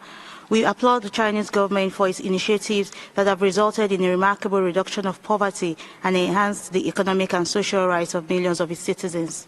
In the spirit of constructive dialogue, we recommend China to 1. Improve human rights education for its citizens by implementing comprehensive awareness-raising programs, and 2. To enhance its legal system and strengthen judicial safeguards for the promotion and protection of human rights of all. Finally, we wish China a very successful review process. I thank you, Mr. President. Thank you, Madam. I give the floor to Norway. Thank you, Mr. President. Norway welcomes the cooperative engagement with China in the UPR process, but remains concerned about the human rights situation. Norway recommends that China, 1. Abolish the death penalty for all crimes. 2. Allow unhindered access to UN special rapporteurs and independent experts to evaluate persistent reports of violations of human rights in China, including in Xinjiang and Tibet. 3. Allow freedom of expression in all its forms as mandated by international human rights law and standards. 4. Ensure free, safe and meaningful social and political participation of marginalized groups and human rights defenders, including LGBT+ persons and religious groups. Thank you. Thank you, sir. أعطي الكلمة الآن لعمان. Thank you, Mr. President. We welcome the head of the delegation of the Friendly People's Republic of China, and we thank them for the national report. We took note of the report, and we highly appreciate the measures taken by China in order to implement the recommendations of the previous UPR, namely the National Human Rights Plan for 2021-2025 and the Program on Development of Children. In a constructive spirit, we recommend the following. First, to pursue promotion of the system of care to older persons in coordination with TSOs and households. And second, to pursue efforts to implement the law on protection of children as part of protecting the child's best interest. We wish them success in this review.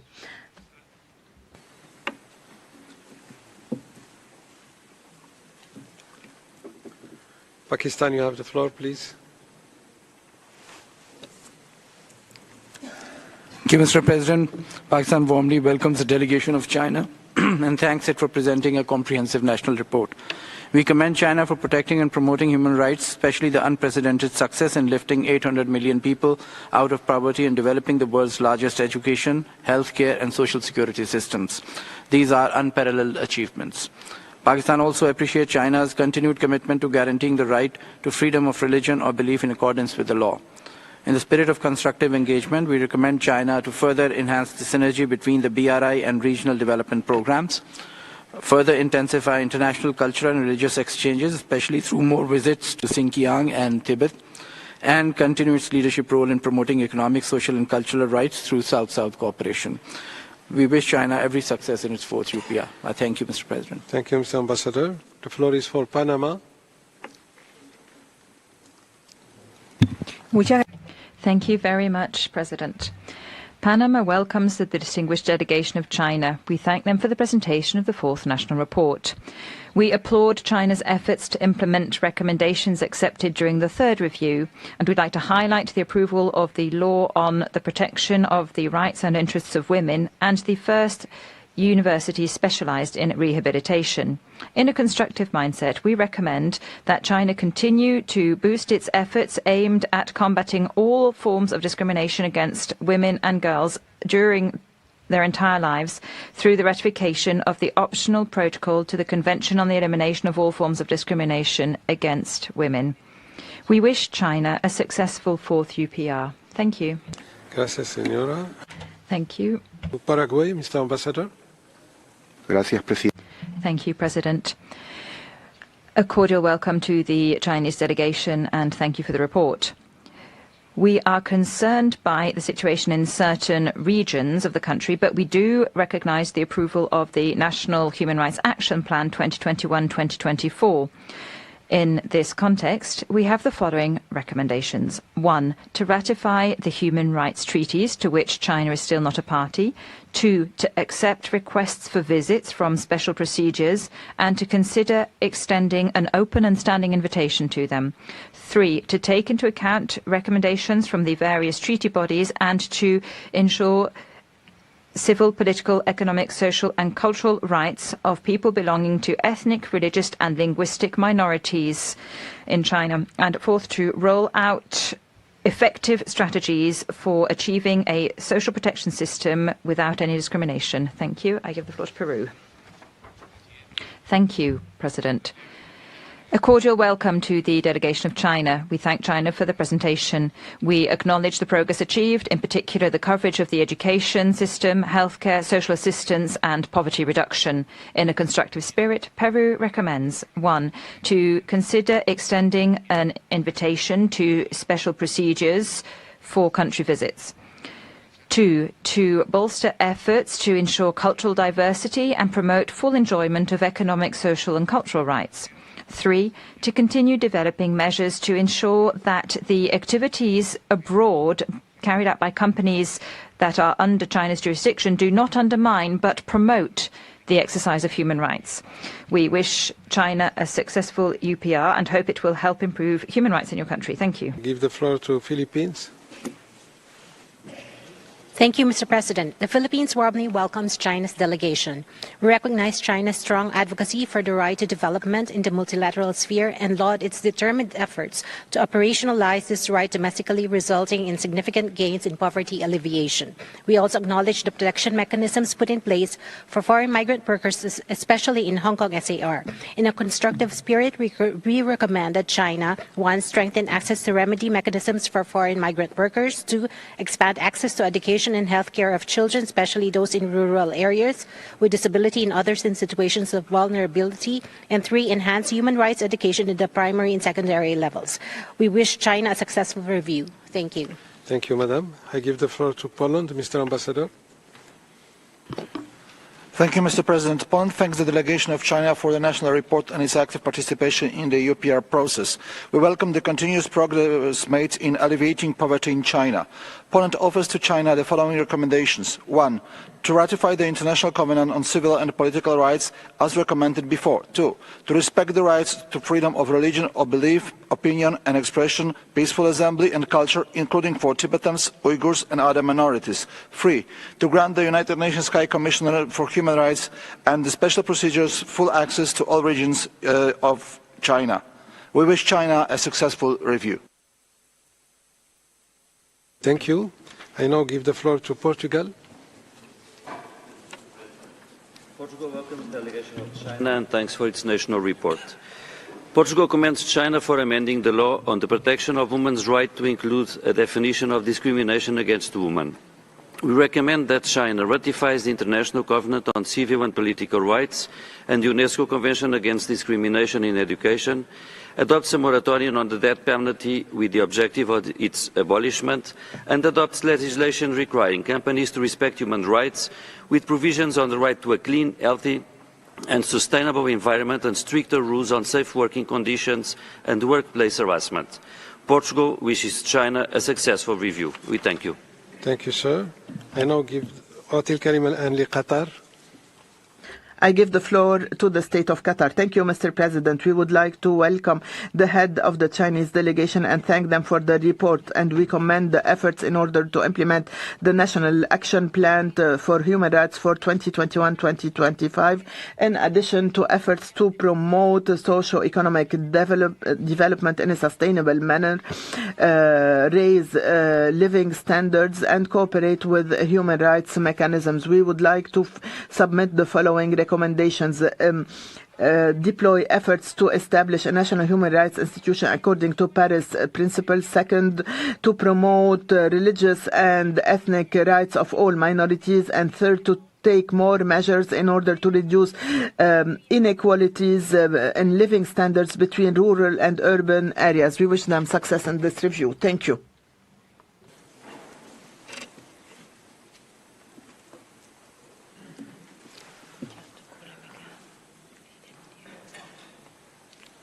Republic of Korea, please. Thank you, Mr. President. The Republic of Korea welcomes the commendable steps China has taken to ameliorate poverty in rural areas and enhance the environmental rights of its citizens. We recommend that China provide adequate protection to its peers of foreign origin, including the Democratic People's Republic of Korea. We also recommend that China respect relevant international norms, such as the principle of the non-refoulement. We further recommend that China consider adopting a national refugee law as part of its efforts to implement the 1951 Refugee Convention. Lastly, we recommend that China take steps toward ratifying the International Covenant on Civil and Political Rights. I thank you.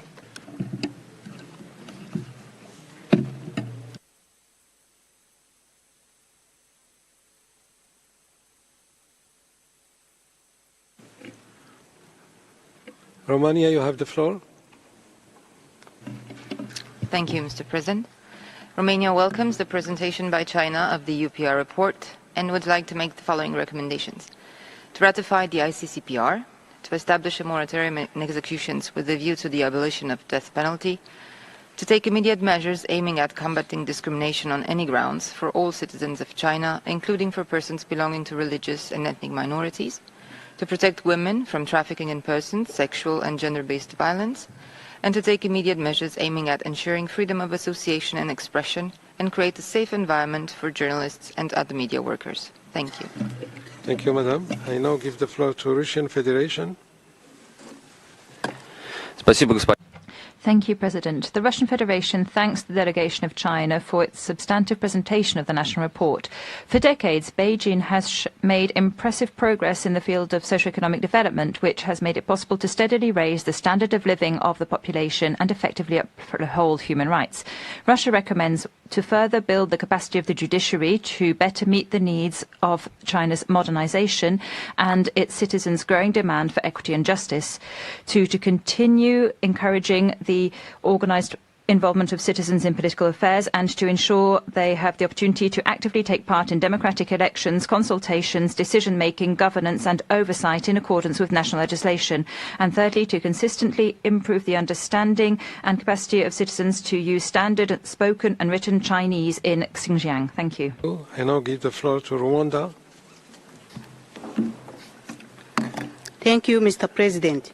Rwanda welcomes the delegation of China and thanks them for presentation of their national report. Rwanda appreciates China's completion of 168 goals and tasks set out in the National Human Rights Action Plan and the ongoing efforts to implement the process of National Human Rights Action Plan by 2025. Rwanda further commends China for having built the best social security system, which has provided subsistence allowances for more than 40 million people, allowances for near 5 million, especially impoverished people. Rwanda recommends China the following. Consider ratifying the optional protocol to the International Convention on Economic, Social and Cultural Rights. Consider ratifying the International Convention on Protection of the Rights of All Migrants, Workers and Members of their Family. Rwanda wishes China a successful... Thank you, dear Madam. I understand, Mr. Ambassador, that your delegation would like to make some comment at this stage, so I give you the floor. Mr. President, the Chinese delegation would like to thank all the delegates for their statements. During the second round of response, I would like to give the floor to the Supreme People's Court, Minister of Foreign, Public Securities, Civil Affairs, Housing and Urban Rural Development, Ecology and Environment, and United Front Work Department. I would like to ask them to answer the questions. This includes issues raised during this round of statements and in the advanced questions. Mr. President, I come from the Supreme People's Court. Now I answer questions concerning judicial reform and fair trial. China's courts focuses on fairness and efficiency. For 10 years, we have implemented 130 measures to deepen judicial reform. Concerning judicial justice, we comprehensively and accurately implement judicial responsibility system. We reform the quota system for judges, improve the system for uniform application of law so that judges can render judgments and adjudicators are responsible for their decision. Concerning judicial safeguard, we improve the system for lawyers to practice. We provide defense laws for all criminal cases. For all detention centers and courts, we have the duty counsel stations. Concerning justice for people, we developed the new age Fengqiao experience and developed a system for dispute resolution. for equal access for the people and conveniently address disputes. Concerning internet justice in Hangzhou, Beijing, Guangzhou, we have internet court to explore online case hearing for online cases and include the online litigation rules in civil procedure code so that in the internet age, the litigation system advances with the time. China retains death penalty, but we have strict control and judicious application of death penalty. China's legislative justice has strict substantive and procedural provisions so as for their strict application and reduction in application. I'm from the Ministry of Public Security. I would like to answer questions concerning law enforcement and human rights protection while countering terrorism. We have a complete oversight of law enforcement. We have audio-video recording for law enforcement. The major stages, evidence material, legal documents are circulated online. Through e-tools, we have real-time supervision of the whole process. Meanwhile, we have the platform for complaint. We use reconciliation review, national reparation. We provide remedy to the victims according to the law. We hold people accountable for their faults. We voluntarily accept the supervision of the procuratoriats. We disclose the basis and procedure to the public and disclose the case development to the victim, the family, to receive the supervision of society. China takes respect and protection of human rights as a fundamental principle for combating terrorism. We severely publish terrorist activities and combine it with safeguarding the basic rights and social order. We prohibit discrimination based on region, ethnicity, and religion. In handling cases, we protect the rights of the victims. Meanwhile, we protect the lawful rights of the criminal suspects, including personal right, property, defense, right to complain, accuse, prosecute, etc. I'm from the Ministry of Civil Affairs. Now I would like to answer questions concerning this area. China actively protect the rights of free assembly. We have 887 social organizations registered. They play an important role for democratic consultation to service specific areas. Take poverty alleviation as an example. We have implemented 90,000 projects, raised 120 billion people, and benefited over 100 million people. We continue to improve social assistance system. Now, annually on average, 40 million people benefit from subsistence allowance, with especially impoverished people accounting to 5 million people. We have ensured that all those people entitled can receive support. We value protecting the rights of specific groups. Now, orphans, on average, receive subsidy amounting to 1,885 and 1,439 yuan. We have established a national basic old age service system. 30 million older people enjoy all kinds of benefits. We develop elderly-friendly society. We develop elderly-friendly transportation service. We address their digital technology problems and develop their education. We have established 55,000 learning centers, cultural facilities, gymnasiums, and we have those tourist sites open to those old people free of charge. Thank you. Mr. President, I'm from the Ministry of Human Resources and Social Security. Now I'll answer questions concerning employment, social security, and workers' rights and interests protection. In recent years, China enjoys stable employment, and we have achieved adequate employment for 1.4 billion people. Since 2012, the national urban employment increased by 13 million. Last year, it increased by 11 million. China has established the largest social security system. Basic pension insurance, basic health care, unemployment, working place insurance cover 1 billion, 1.3 billion, 240 million, 290 million people respectively. China makes progress in the protection of workers' rights, including women employees, migrant workers, people with disabilities, and platform workers. All of them have equal access to employment and basic public service. Concerning forced labor, China's criminal law and relevant labor laws and regulations clearly provide for sanction against the forced labor. China has voluntarily ratified the 2 conventions on forced labor, which shows China's firm position against the forced labor. It also showcases China's role as a big nation in international labor governance and building a community of shared future.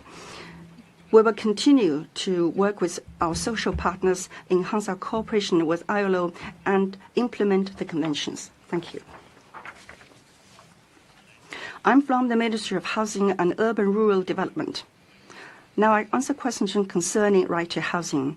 Proceeding from China's situation, China plays a major role in providing basic housing security. This includes public rental housing, affordable rental housing, and rational affordable housing. The first one is mainly provided by the government. It combines in-kind physical security and rental subsidy. It's for people with housing difficulty in urban areas.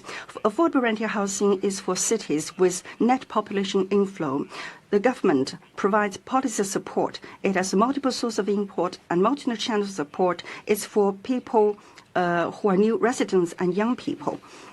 Rationed affordable housing is for big cities. It's explored in big cities. Through allotment, it's to provide housing for wage-earning group. Now China has established the largest housing security system. Cumulatively, we have built 90 million units of affordable housing, which benefited 200 million people. Concerning rural housing security, China, as part of its poverty alleviation plan, has rehabilitation of detabulated housings 2013 to 20. China central government provided 18 million support to 80 million people. And China has established a long-term mechanism for housing safety and security for rural low-income groups. Thank you. I'm from the Ministry of Ecology and Environment. Now I answer questions concerning the concept of environment protection achievement. As a major participant and leader of ecological civilization, China upholds the idea of lucid waters and lush mountains as invaluable assets. We enhance ecological protection in all areas. We deepen green low-carbon development and build a beautiful China. From 2013 to 2022, China's average fine particulate matter concentrate dropped by 57% and achieved the fastest improvement in atmospheric quality.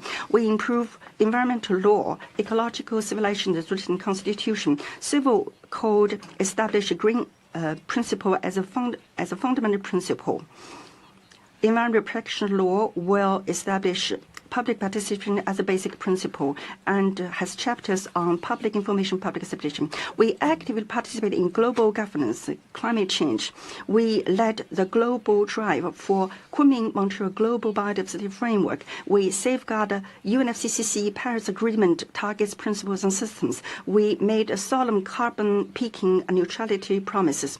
We promote green transformation of industry and structural readjustment. Renewable energy is the largest in scale. Wind energy installed solar energy capacity accounts for 1/3 of the total. New energy vehicle sales account for #1 in the world. I am from the United Front Work Department of CPC. Now I answer questions concerning Tibet. Tibet is one of the 5 provincial ethnic autonomous regional autonomous regions. The people elect their deputies. They manage their affairs with autonomy. They participate in state affairs management. They have the right to information and expression and vote concerning local affairs. The public officials account for 70%. Heads of administration are mostly of ethnic origin, which guarantees their important role in public affairs. Tibet is in a plateau. The natural environment is not helpful to economic development. China has a strategy to help Xizang. From 51 to 22, the central government has invested in total 1.72 trillion RMB, organized the 17 provinces, cities, and 17 state enterprises to provide support to their counterparts in Xizang. Therefore, Tibet's GDP growth rate has maintained at 10%. It removed the absolute poverty in Tibet. It fully shows China's governing philosophy of leaving no ethnic group, no region behind. The Chinese government values the cultural rights of the Tibetan people. Now, Tibet has 1,700 temples, 4,600 monks. normal religious activities are protected by law. The schools there have bilingual teaching, Tibetan language. Now, bilingual teachers are more than 30,000. Tibetan language teachers are 8,300. All the government documents, legal documents, newspapers, radio, television, all of those are in national language and Tibetan language. The Tibetan language is very well guaranteed.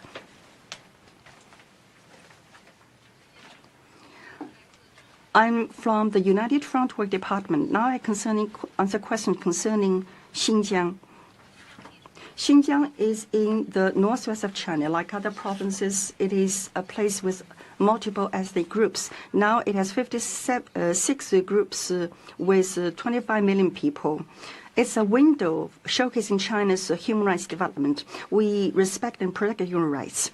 This mainly shows in 4 areas. 1, we maintain Xinjiang's social stability. We guarantee people's right to life. In Xinjiang, we combat terrorism according to the law. We, to the maximum degree, guarantee basic commerce. For 7 years, there has been no cases of violence and terror. The society enjoys stability and good life. 2, we support Xinjiang's economic development. We improve the material basis for human rights protection. With the support of the central government and other provinces, the Xinjiang area enjoys good economy. In 2022, the gross national regional GDP is 1.7 trillion, which is 1.92 times the 2021 era. 14 prefectures has high level. It has 25 civil airports.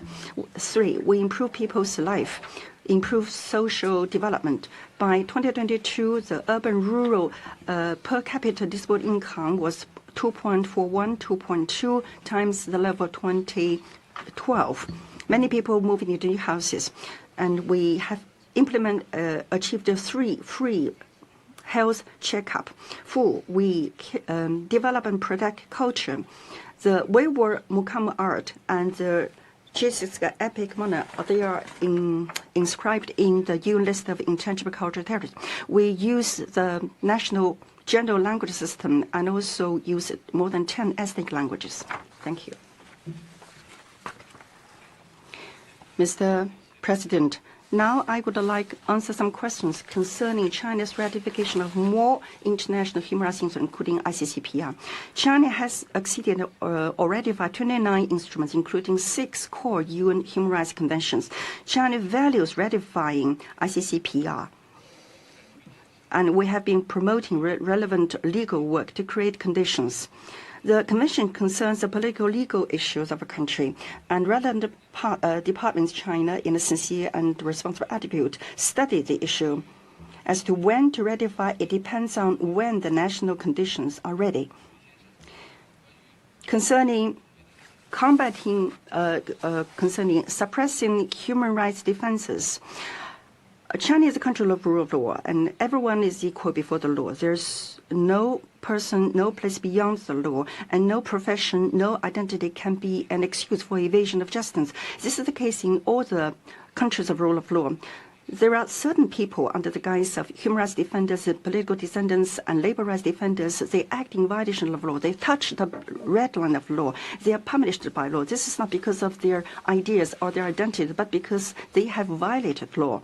The so-called punishment for political idea, for expression, these are misleading, discrediting with ulterior motive.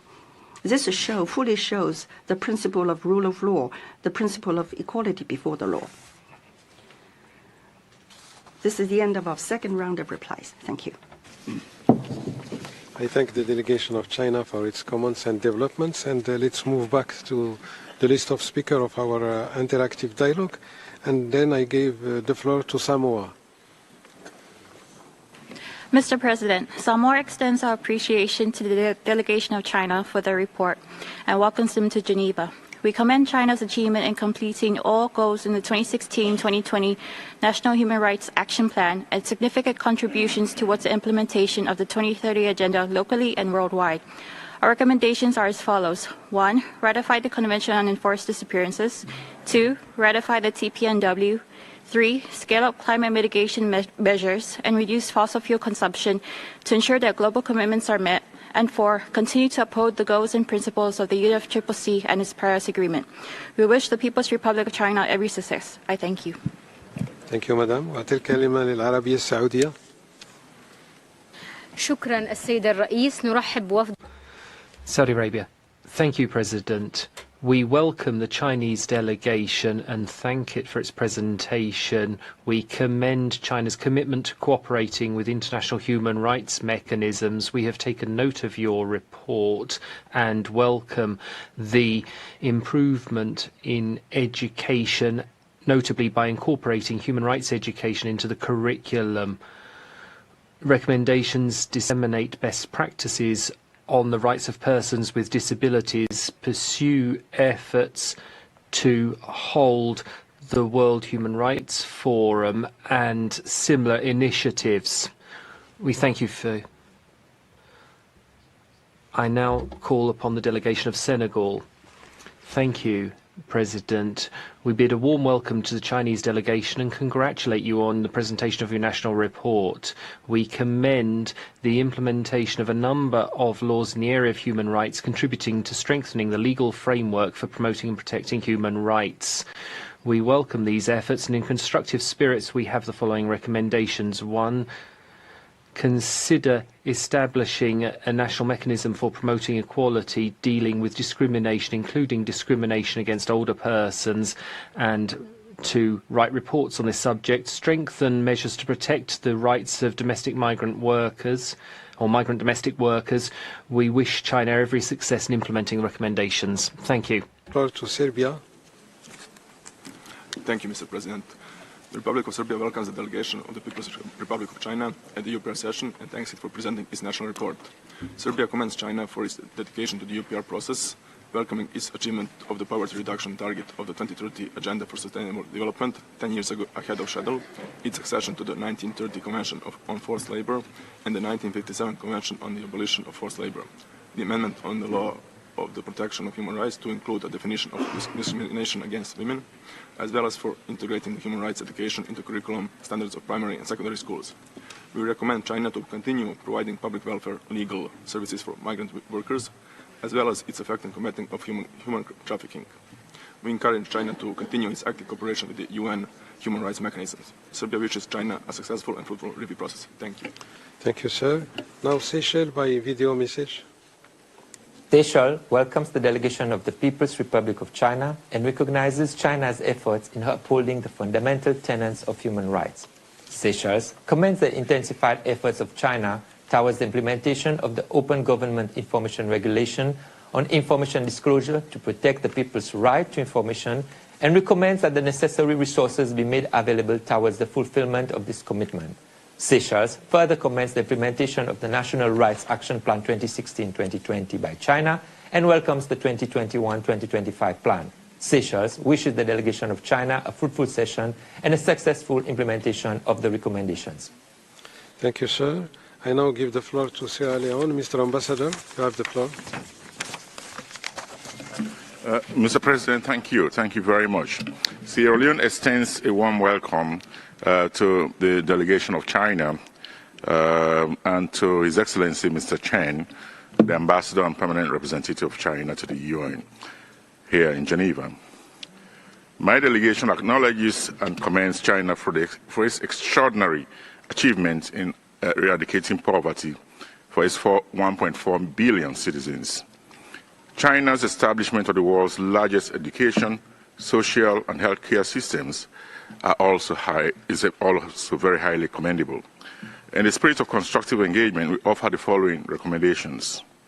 Continue to formulate robust legal safeguards for human rights for all of China's diverse population and regions. Continue efforts to promote shared prosperity for the Chinese people, ensuring the protection of their economic, social, and cultural rights. Continue efforts to promote build achievements in poverty alleviation, rural revitalization, and prioritize employment opportunities for all Chinese. Sierra Leone wishes China. Thank you, Mr. Ambassador. I now give the floor to Singapore. Mr. President, Singapore welcomes the delegation of China. We recognize the PRC government's considerable efforts to advance an outcome-based human rights development framework in line with national context. This is a complex endeavor for a developing country of 1.4 billion people. Significant achievements, such as lifting close to 100 million people out of extreme poverty, 10 years ahead of the 2030 Agenda for Sustainable Development, should be commended. To further these efforts, we recommend that China, first, continue tackling root causes of poverty, including by developing human capital in rural areas. Second, continue equipping its citizens to harness and enjoy the benefits of digital technologies. And third, continue cooperating with UN agencies such as UNODC to protect citizens against grave transnational threats like the world drug problem. I thank you. Thank you, sir. I give the floor to Slovenia. Thank you, Mr. President. Slovenia takes note of the national report presented by the Chinese delegation and its commitment to the UPR process. Slovenia would like to make the following recommendation: to establish a moratorium on the death penalty as a first step towards its abolition. We are concerned by the reports on serious human rights violations committed in the Xinjiang region and support recommendations made by the Office of the High Commissioner for Human Rights, ILO, and other relevant treaty bodies. Slovenia welcomes the efforts for the inclusion of all children with special needs in the educational system. I thank you. Thank you, Mrs. Ambassador. Now, Solomon Island by video. Solomon Islands thank China for the human rights report. We value China's modernization process based on social equity and justice, which offers valuable lessons in the delivery of the UN 2030 Agenda. We acknowledge China's global initiatives to promote human rights and sustainable development. The primary actor in the international system is the state. Therefore, the state has the responsibility to promote and defend human rights. Solomon Islands respects the One China and Two System policy and welcomes the chapters of the report on Hong Kong and Macau. Thank you. Thank you, sir. I now give the floor to Somalia. Thank you, Mr. President. Somalia warmly welcomes the high-level delegation of China to this fourth cycle of the UBR Working Group. We commend the importance China attaches to the protection and inheritance of ethnic minority cultures and its further efforts to protect their basic cultural rights. We also commend China's remarkable achievement in advancing its energy revolution, another important contribution made to sustainable energy development globally. In a spirit of constructive dialogue, Somalia recommends the following: continue to promote the energy revolution and build a clean, low-carbon, safe and efficient energy system to enhance supply capabilities. Pay attention to challenges posed to human rights protection in the digital age and take necessary measures to bridge the digital divide. Somalia wishes China every success in this review. I thank you, Mr. President. Thank you, sir. I give the floor to South Africa. Mr. President, South Africa welcomes the distinguished delegation of China to this UPR session. We commend the strides made by China in bolstering the provision of education, social security and healthcare for all, together with those activities undertaken that seek to address the challenge of absolute poverty. These efforts will no doubt go a long way to improve the quality of the lives of the Chinese people. South Africa wishes to make the following recommendations: strengthen the enforcement of the 2016 anti-domestic violence law, augment the provision of reproductive health services, and ensure victims of hate crimes and hate speech receive the requisite support to facilitate reporting and receive effective remedies. We wish China a successful review. I thank you. Thank you, Madam. I now give the floor to South Sudan. Thank you, Mr. President. South Sudan warmly welcomes the delegation of China to the UPR fourth cycle. We commend China for its commitment to uphold respect for promotion and protection of human rights, realization of poverty reduction 10 years in advance, building a stronger education, social and health care systems. In the spirit of constructive dialogue, we recommend the following to China. 1. Continue to be guided by the principle of sincerity, real results, amity, to strengthen solidarity and cooperation with other developing countries. 2. Actively participate in the formation of the international human rights norms. 3. Continue to deepen reforms of judicial system to ensure that people courts exercise adjudication in an independent and impartial manner. We wish the delegation of China success in this UPR cycle. I thank you. Thank you, sir. The floor is for Spain. Thank you very much, President. Spain welcomes the delegation of China. We appreciate their participation in this exercise. We recognize the progress made in equality and the protection of women against gender violence. This has come with the law and the protection of rights and interests of women. Spain recommends to China that they, 1, ratify the International Covenant on Civil and Political Rights and 2 optional protocols. 2, declare a formal moratorium on the death penalty, this as a first step towards its definitive abolition. 3, meet international standards on the freedom of thought, conscience, religion, freedom of expression, and press. 4, establish mechanisms for protecting human rights defenders. Thank you. Gracias, Senora. Thank you, Madam. Floor to Sri Lanka, Mrs. Ambassador. Thank you, Mr. President. Sri Lanka warmly welcomes the delegation of the People's Republic of China and expresses our appreciation for the comprehensive presentation made and the progressive measures to further commitments undertaken at the 3rd cycle. We recognize the upholding of the right to life and the right to development as primary basic human rights and adherence to a people-centered development ideology. We also recognize the adoption of policies on freedom of religious belief based on national realities and religious conditions to protect citizens' right to freedom of religious belief, build healthy religious relations, and maintain social harmony. In a constructive spirit, we recommend that China, 1, continues to adhere to the philosophy of people-centered development, safeguards the fundamental interests of the people, and promotes the well-being of people's livelihoods. 2, strengthens the Belt and Road Health Cooperation, including traditional Chinese medicine, and build a healthy Silk Road. 3, continuously improves the management system for ecological and environmental... Thank you, Mrs. Ambassador. Thank you. I now give the floor to Palestine. Thank you, Mr. President. We welcome the delegation of China and thank them for the presentation on the latest developments regarding the human rights situation in the country, and we commend their efforts to promote and protect human rights. In a constructive spirit, we recommend the following. Continued efforts in taking measures to improve healthcare services to guarantee the right to good quality and affordable healthcare to all persons, including marginalized individuals. Continued efforts to ensure equal access to education in urban and rural areas. Continue to strengthen participation in the global human international right governance system and strengthen mutual learning on human rights views and practices. We wish China a successful review. Thank you. Thank you, Madam. I now give the floor to Sudan. Sudan, lakum kalima. Thank you, President. We welcome the delegation of China. China, a sister nation, a friendly nation. We salute the efforts deployed to address education, housing, social coverage, the right of the elderly, and the rights of women. We also hail the accession of China to the Convention on against enforced labor of the ILO. We also recommend that they continue to strengthen the role of civil society, charitable organizations in the human rights field, and to strengthen the institutional structure and cooperation and aid for development with developing countries. Thank you. No.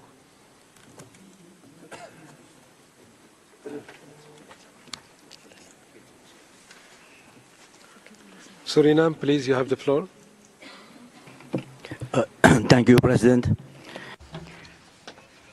The delegation of China thanks them for the presentation today and appreciates the efforts taken since the last UPR.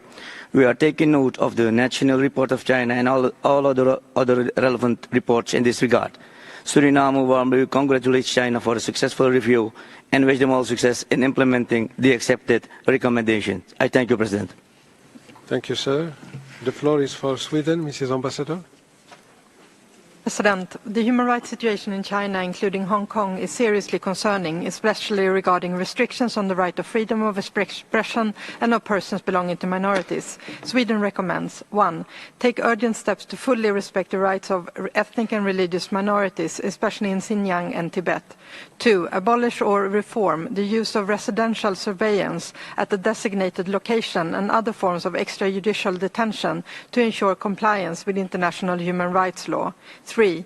Take urgent steps to ensure that all persons, including human rights defenders, journalists, persons belonging to LGBTIQ communities, and advocates for women's enjoyment of human rights, can fully exercise their freedom of expression and information. I thank you. Thank you. I now give the floor to Switzerland.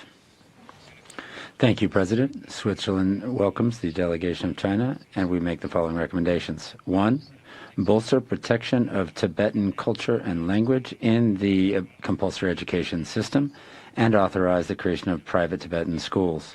2, implement the recommendations of the High Commissioner in the 2022 report on Xinjiang, and to undertake inquiries into the scope of the arbitrary detentions that could constitute crimes against humanity. 3, harmonize all laws and practices used to prosecute human rights defenders with the Universal Declaration of Human Rights. 4, harmonize the law on national security for Hong Kong with the International Covenant on Civil and Political Rights. Je vous remercie. I thank you. Merci, monsieur. أعطي الكلمة الآن لسوريا. Thank you, Mr. President. We warmly welcome the distinguished delegation of the People's Republic of China, headed by His Excellency Ambassador Xin Shu, and we commend China's firm commitment to the cause of human rights globally and on its initiatives to promote constructive dialogue in this regard. We applaud China for attaching great importance to the improvement of living standards, and we note the increased rates of public spending allocated to projects to improve levels of employment, education, and medical care and housing. In the spirit of constructive dialogue, we recommend the following. First, to continue to pursue a proactive strategy and respond to population aging, and to develop the elderly care programs and services and provide better services for the elderly, and to continue to accelerate the development of rehabilitation assistive devices industry. Thank you. I give the floor to Tajikistan. Thank you, Mr. President. Tajikistan warmly welcomes the distinguished delegation of China, the presentation of the comprehensive national report, and their continuing engagement in the UPR process. Tajikistan welcomes China's active participation in the implementation of Sustainable Development Agenda 2030, and the implementation of, as well as the establishment of Development Cooperation Fund, which implements projects in developing countries. In a constructive spirit, we recommend the following. 1, continue constructive cooperation with the United Nations Human Rights Mechanism. 2, further promote public awareness of the law and enhance the role of law in social governance and citizens' legal literacy. 3, continue to enhance occupational disease prevention efforts. We wish the delegation of China a productive and successful review. Thank you. Thank you, sir. I give the floor to Thailand. Mr. President, Thailand recognizes China's proactive role in promoting human rights through international development cooperations and commend its efforts in uplifting living standards of its citizens, as well as continued progress in poverty alleviation. Thailand recommends that China, 1, further enhance equitable access to quality and affordable health care for all, especially in rural and hard-to-reach areas. 2, take concrete measures in combating transnational organized crime such as online gambling and human and drug trafficking, including through cooperation with relevant countries and partners. And 3, continue efforts to provide human rights education and training for all sectors of society. We wish China a successful review. Thank you. Thank you, sir. I give the floor now to Timor-Leste by video.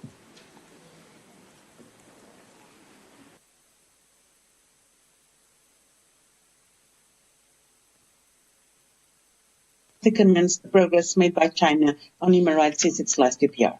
My delegation welcomes the efforts to ensure the enjoyment of the right to a clean, healthy and sustainable environment through various policies such as its green transformation of industry and energy restructuring, and for recognizing the importance of public participation as one of the basic principles of environmental protection and guarantees citizens' rights to information, participation and oversight. In a constructive spirit, Timor-Leste recommends that China establish a national human rights institution in accordance with the Paris Principle, continue to ensure public participation in the protection of the environment, and continue to improve the gender equality landscape in both the public and private sectors. We wish China a successful review. Thank you. Thank you, Madam. I now give the floor to Togo.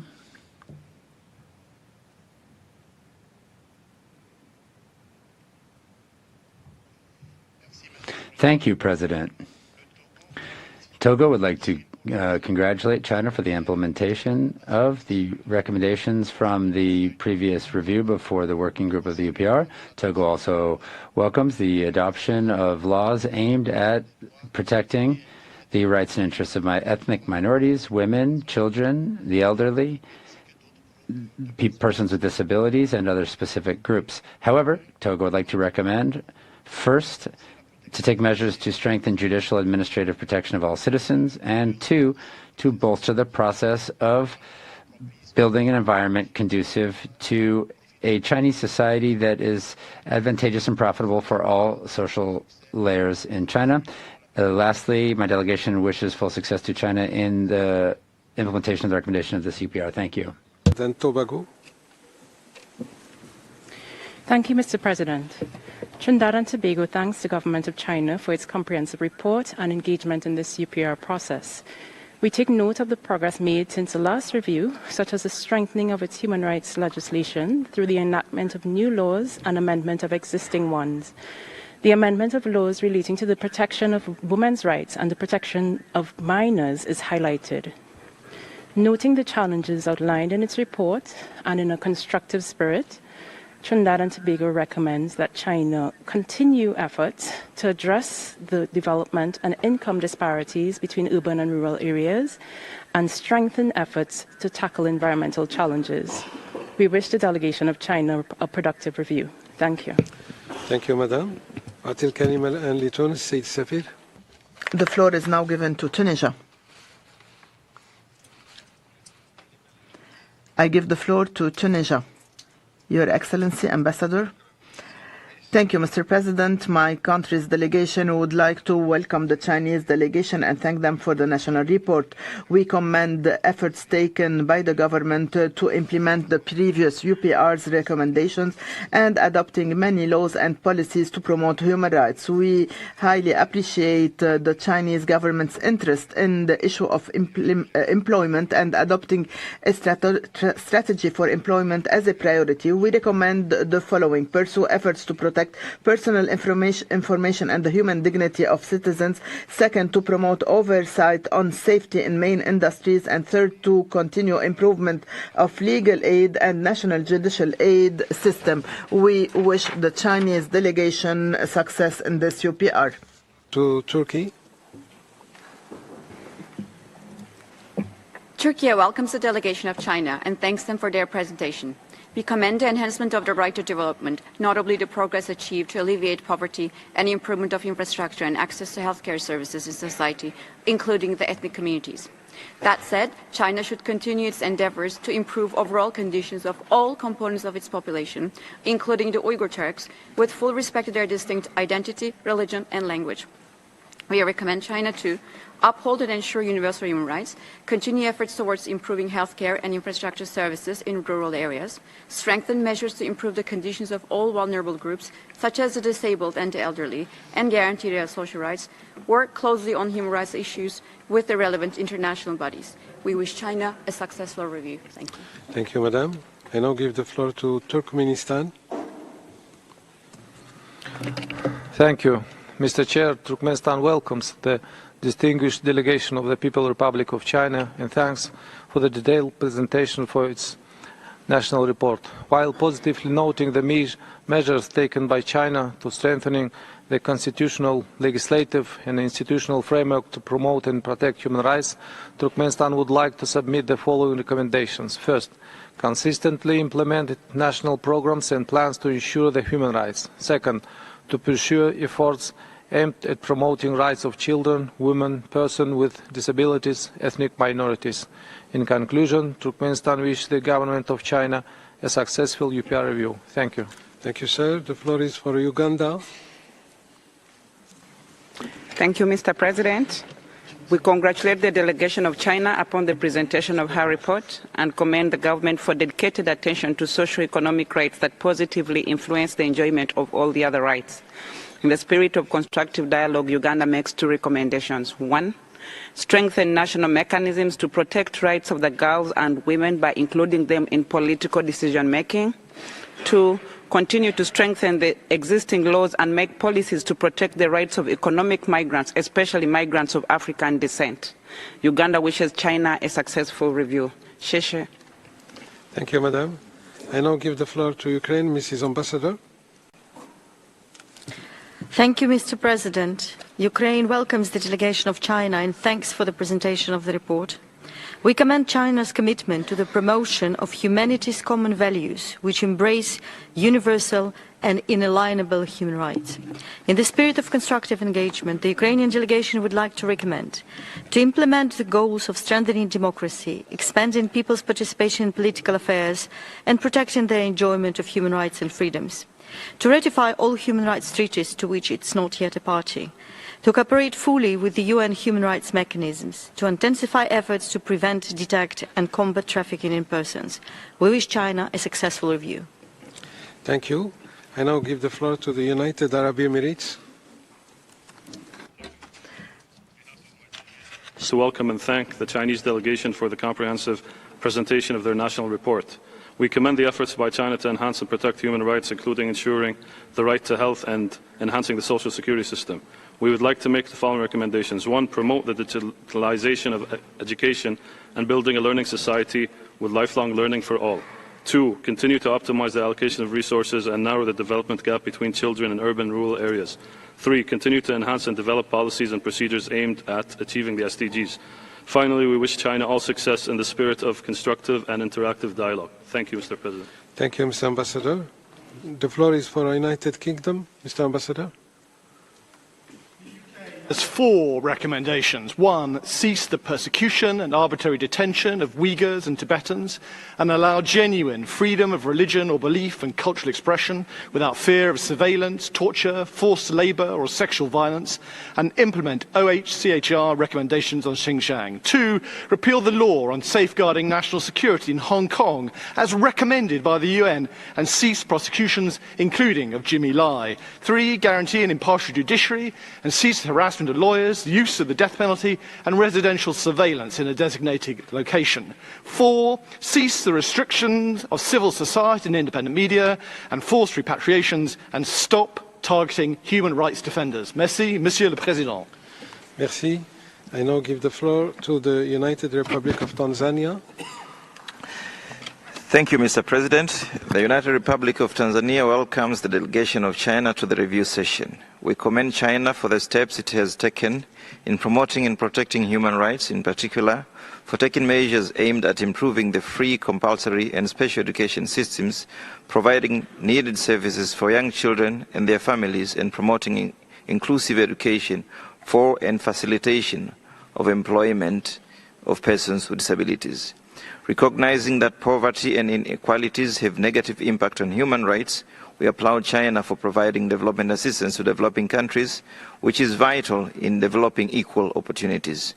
We recommend China to step up measures to reduce the gap in development and income distribution between rural and urban areas. We wish China a successful review session. Thank you, Mr. Ambassador. I now give the floor to the United States of America. Mrs. Ambassador.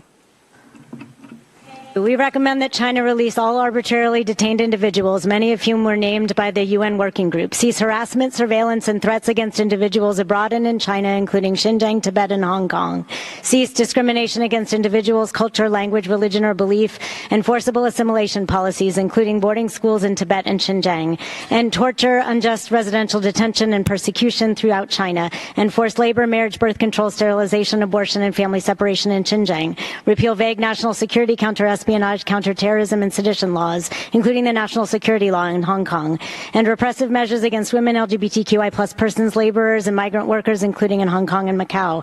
Permit the UN unhindered and meaningful access, particularly in Xinjiang and Tibet. We condemn the ongoing genocide and crimes against humanity in Xinjiang and transnational repression to silence individuals abroad. I thank you. Thank you. I now give the floor to Uruguay. Thank you, President. Uruguay welcomes the delegation of the People's Republic of China. We thank them for their national report. We hail progress made in gender equality and the presentation of the development system for the women 2021-2030. We recommend, 1, to continue efforts aimed at ensuring the full enjoyment of the right to freedom of expression, 2, adopt and implement policies aimed at safeguarding access to education, employment, and health for LGBTI persons, 3, strengthen measures to guarantee the protection of those seeking refugee status and non-refoulement. We wish them the best. Thank you. Thank you, Chair. Uzbekistan warmly welcomes the delegation of China and thanks for presentation of comprehensive national report. We highly appreciate China's consistent efforts to protect and promote human rights, including the political, civil, social and cultural rights of all citizens. Measures taken in China in a wide range of areas related to protection of human rights demonstrate government's commitments to its international obligations in the field of human rights protection. We especially know the importance of continuing China's efforts to ensure and protect human rights of women and children, including persons with disabilities, as well as development of education and healthcare systems. In conclusion, we wish Chinese delegation a successful review of the national report. I thank you. Thank you, sir. The floor is for Venezuela. Gracias. Thank you, President. We hail the distinguished delegation of China, and we recommend the following. Continue to their commitment to foreign policy in favor of the common development and global peace, promoting a common shared future, and to bring stability in Xinjiang, and to continue to oppose the politicization of human rights and the interference in domestic affairs in China under the pretext of Hong Kong and Xinjiang, and to safeguard national sovereignty in the interests of development, and to continue also to coordinate the work of maintaining stability and promoting development in Xinjiang. We wish China the best of success in its fourth UPR review. Ambassador. Thank you, Ambassador. Is for Vietnam.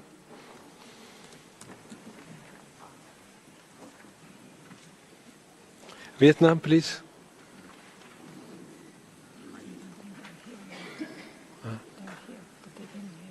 Mrs. Ambassador?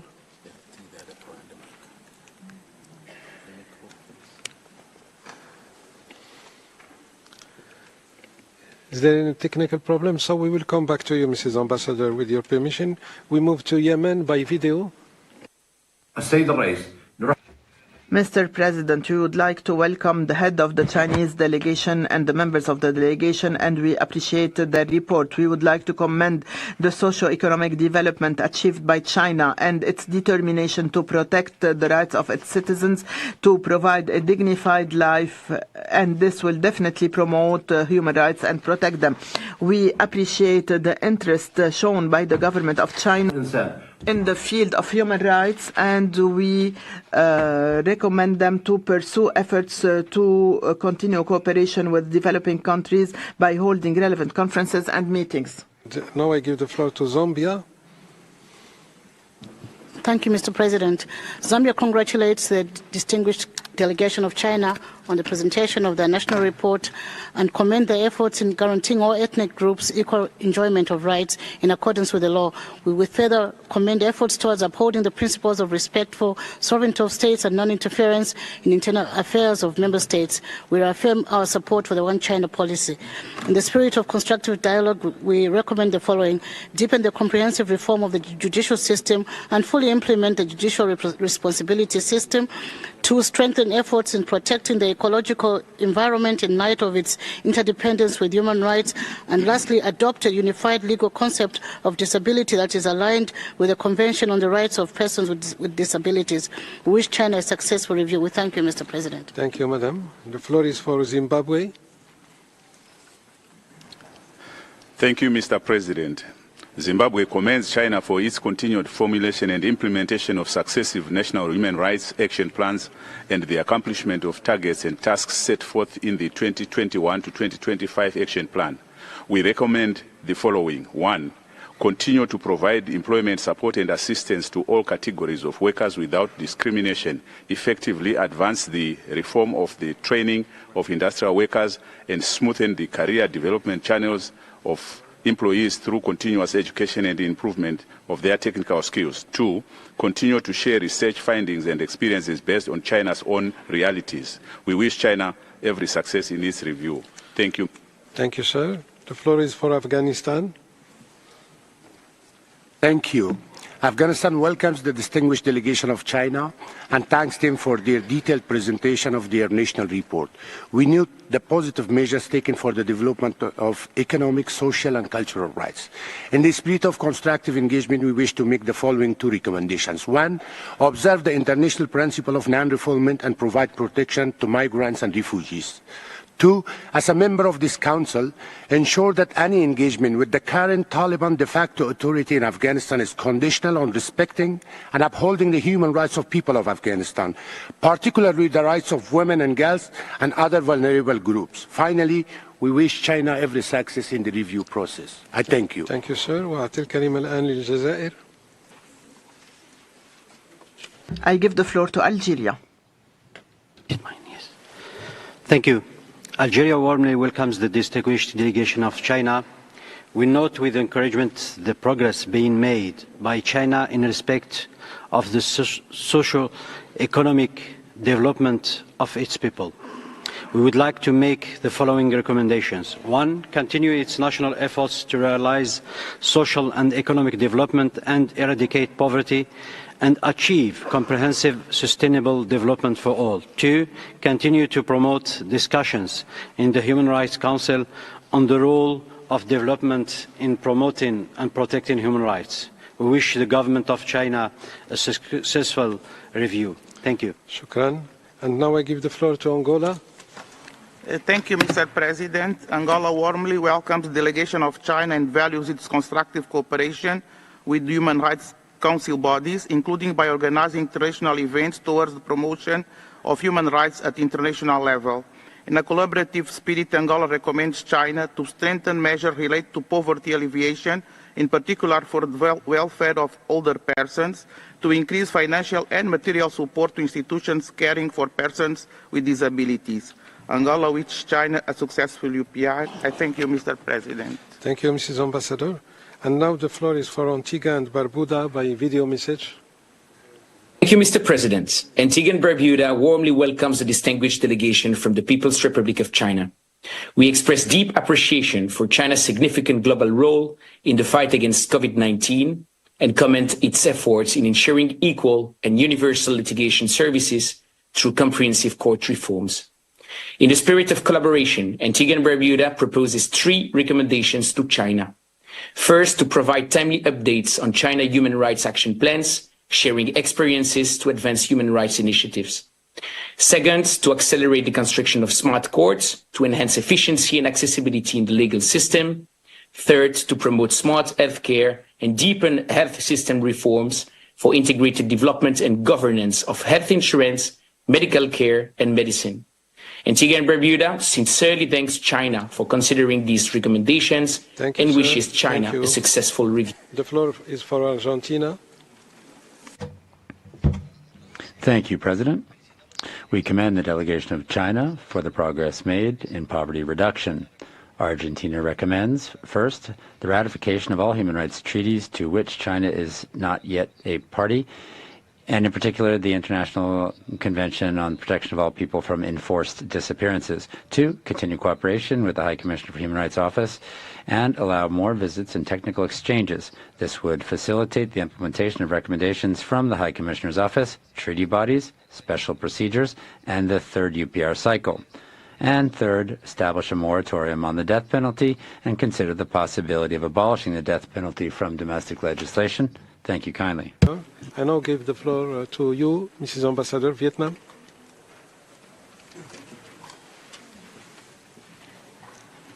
Mr. President, Vietnam warmly welcomes the delegation of China.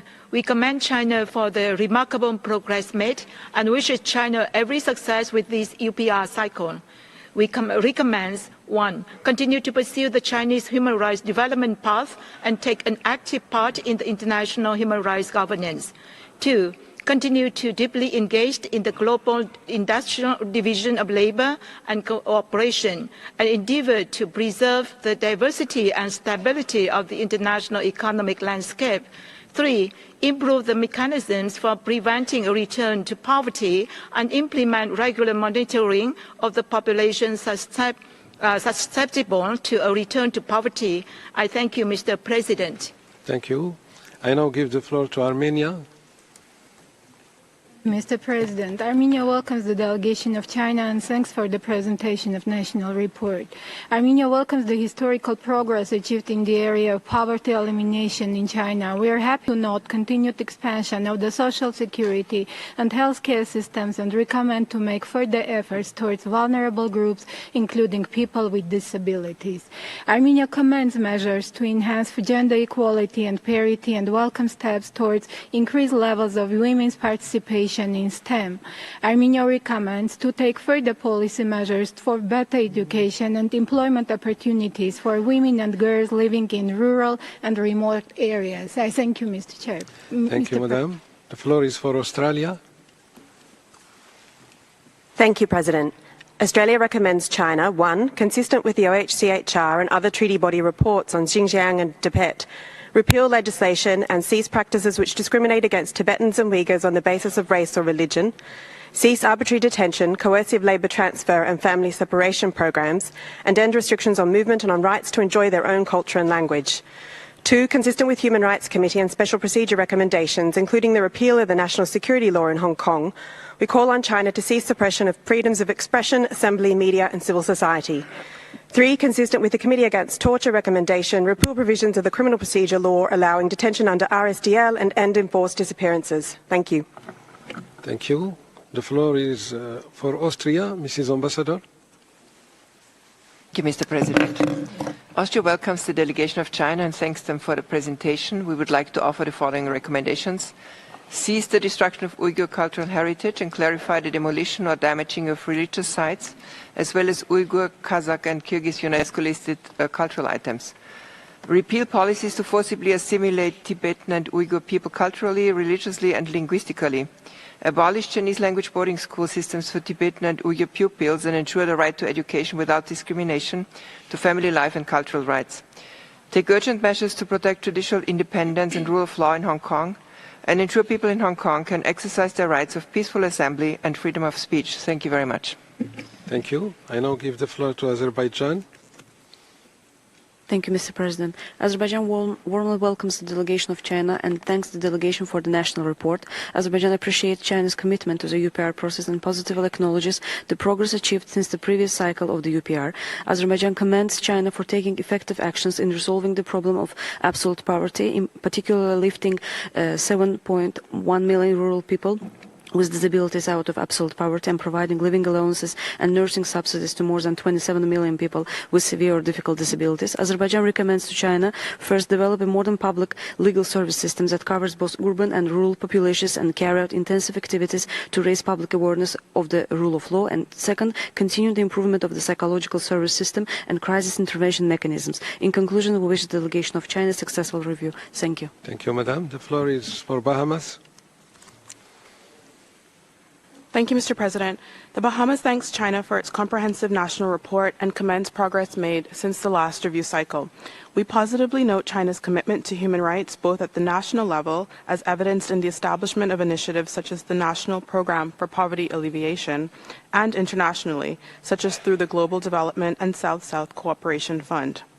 In a constructive spirit, the Bahamas recommends that China, 1, consider extending a standing invitation to all thematic special procedures of the Human Rights Council, and 2, build on plans outlined in the national report to reduce CO2 emissions before 2030 and achieve carbon neutrality before 2060 in the collective fight against climate change. We wish China a successful review. I thank you.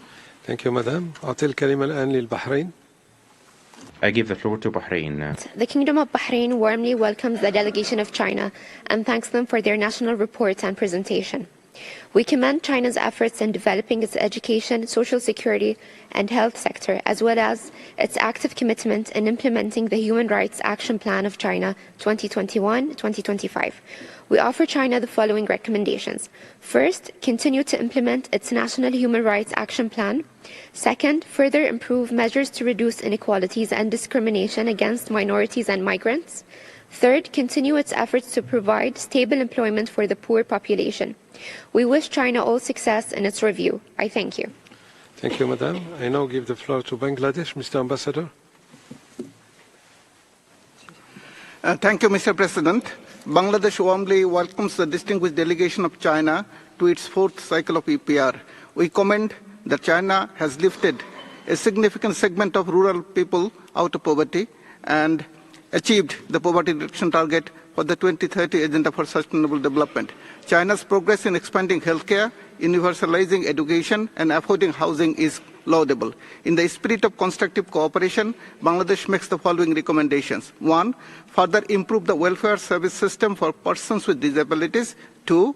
Continue to improve the maternal and child health service system to reduce mortality rate of mothers and infants. We wish China success in its review. I thank you, Mr. Chair. Thank you. I now give the floor.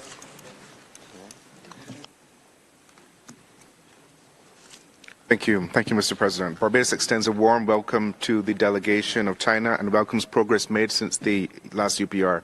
On education, we commend the steps made by China, including the functioning of the national student loan policy to assist families in need of support. We also welcome the integration of human rights into the national school curriculum. We make the following recommendations. 1. We recommend increased efforts by China on the transformation to green industries and continued development of a clean energy system. And 2. We recommend continued support of women's economic empowerment, including through education and employment opportunities. We wish China a successful UPR. Thank you. Thank you. I give the floor to Belarus, Mrs. Ambassador. We welcome the distinguished delegation of China and we recommend, firstly, to continue defending common human values, peace, development, justice, democracy, freedom, and to foster a fairer and more inclusive global governance of human rights through the promotion of the concept of building a human community with a shared future. Secondly, to encourage the nomination of Chinese experts and scholars for special procedure mandates so as to contribute significantly to global governance in the field of human rights. Thirdly, to continued management of religious affairs in the Xinjiang on the basis of China's legislation and respect of religious traditions, and to ensure that temples receive sufficient support, financial and other support. And finally, to counteract separatism and foster modernization of the social administration system in Xinjiang. Thank you. Thank you. Je donne maintenant la parole à la... I now give the floor to Belgium. Ambassador, you have the floor. Monsieur le Président, la Belgique remercie. President, Belgium would like to thank the delegation of China, and we recommend, firstly, to respond in a positive way to requests for special procedure visits, including in Xinjiang, especially for the special procedure on slavery, the fight against terrorism, freedom of religious belief, and businesses and human rights.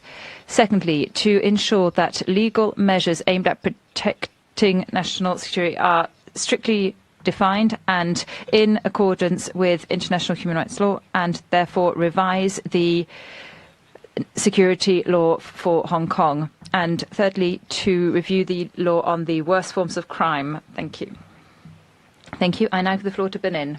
Ambassador, you have the floor. Benin would like to commend China on the presentation of its national report under the 4th UPR cycle, and we commend the significant progress made for implementing recommendations from the previous cycles. We would like to applaud China's leadership for the rights to development and also the success achieved through the implementation of its national human rights action plans.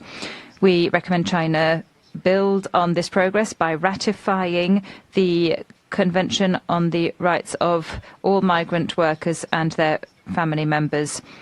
We also note the recognition of a single China and the principle of non-interference in states. Thank you. Georgia, Mr. Ambassador. Georgia. Thank you, Mr. President. Georgia welcomes the delegation of the People's Republic of China and thanks for the presentation of the national report. We acknowledge the steps taken by the government to implement accepted recommendations from the 3rd UPR cycle. Georgia knows the progress made towards implementing the poverty alleviation strategy. Georgia also acknowledges steps to extend access to the supporting services, particularly for vulnerable population. We wish the delegation of China a very successful UPR. Thank you, Mr. President. Thank you. And the last speaker on our list for this morning is Costa Rica, Mr. Ambassador. Gracias, señor. Thank you, President. Costa Rica would like to thank China for its report, and we commend China's efforts to fight poverty. We recommend, 1, to include in law the human right to a clean, healthy and sustainable environment, preferably enshrined at the constitutional level. Secondly, to eliminate any excessive restrictions on the functioning of independent NGOs, and thirdly, to establish norms based on international human rights standards about the use of biometric data for facial recognition and cyber policing systems. We wish a successful review. Thank you. That was, as I said, the last speaker on our list for this session of the morning. And now I give the floor to you, Excellency, and your delegation for your final remarks and comments.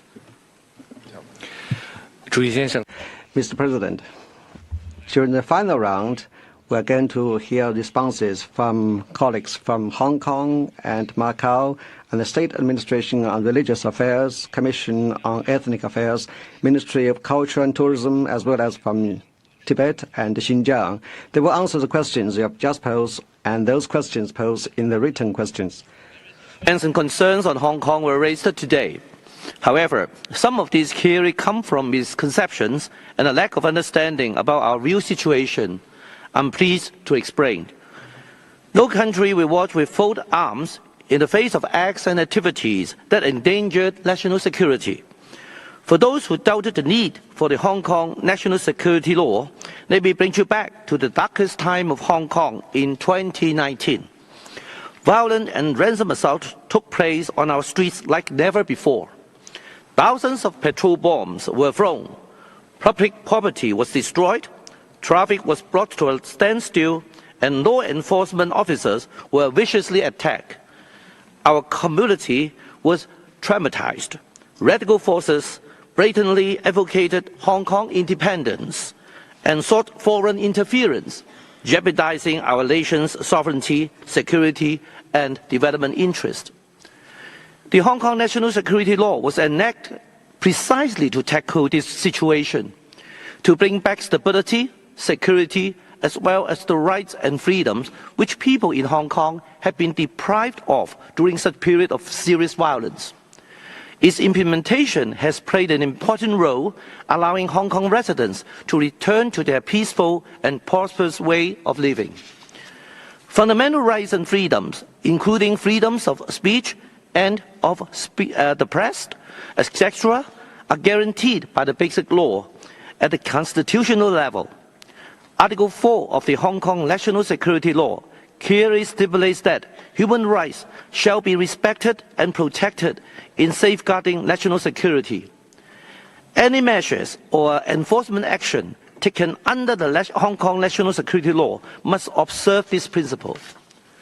Many rights and freedoms are not absolute, and the ICCPR clearly states that they can be restricted by law where necessary to ensure national security or public order, or to protect the rights and freedoms of others. As a matter of fact, Hong Kong fully complies with all applicable provisions of the ICCPR and other relevant international covenants. Law enforcement actions are taken strictly in accordance with the law, including the protection of fundamental rights. Such actions are entirely based on available evidence and applicable law, and have nothing to do with a person's background, occupation, or political stance. I wish to make it clear that it is inappropriate to comment on or interfere with the ongoing legal proceedings which were mentioned today. Judges decide national security cases independently in accordance with the law.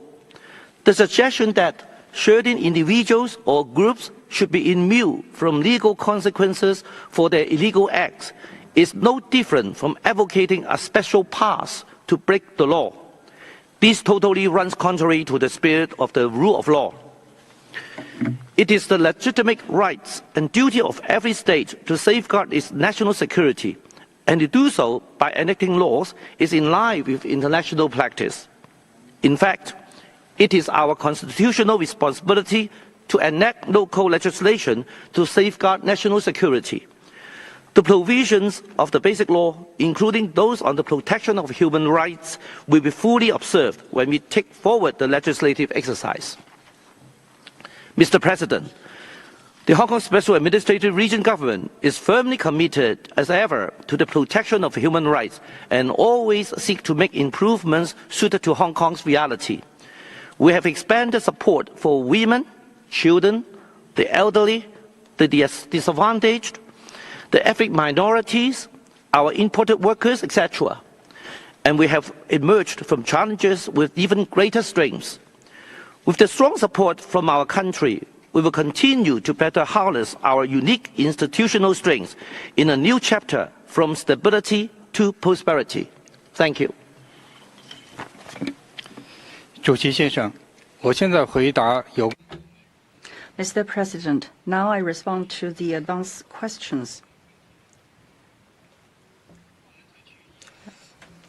The Macau SAR has always attached importance to protecting the rights and interests of women, children, persons with disabilities, and ethnic minorities, and has continued to review local laws to further strengthen the legal protection for them. Since the last round of review, the Macau SAR government has revised the labor relations law to increase the number of days of maternity leave and to introduce maternity leave, has promulgated law on minimum age for employees to ensure that resident and non-resident employees have basic income guarantee, has revised the special education system to provide more appropriate support to school-age children, has revised the special security system to relax the conditions for persons with disabilities to apply for the disability pension, has launched the income subsidy scheme for employees with disabilities to promote employment of people with disabilities, and has formulated the regime of prevention and control minors' consumption of alcoholic beverage to protect children of physical and mental health. On the advanced question raised by U.S., the Macau SAR government has always attached great importance to the comments and recommendations put forward by the different human rights treaty bodies and has carefully studied them in order to follow up on the comments and recommendations that are feasible and conducive to the development of the welfare of the residents. The SAR has taken into account the concluding decisions of the reviews and has implemented a lot of follow-up work, such as formulation of the law on the fight against the crime of trafficking persons, the law on preventing and combating domestic violence, the crime of sexual harassment, and a number of ways to increase maternity leave. The SAR will continue to improve relevant legal systems and specific measures to continuously advance the level of human rights protection under the framework of the one country, two systems principle and the basic law of Macau. 问题，澳门特区法律保障外地雇员。The regional law protect the people. We ensure the principle of non-discrimination so that foreign employees have the same rights, obligations, and working conditions as the local employees. 主席先生。 Mr. President, I'm from the State Administration of Religious Affairs, and now I'd like to answer some questions on the freedom of religion and belief.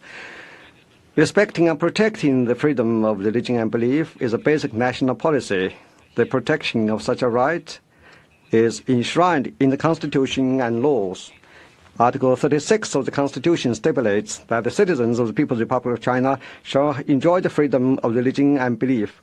State protects normal religious activities. The State Council has also issued regulations on religious affairs on protecting the freedom of religion and the rights of religious communities, which includes setting up places of worship, carry out religious activities, setting up theological academies, publishing books, and engaging in exchanges.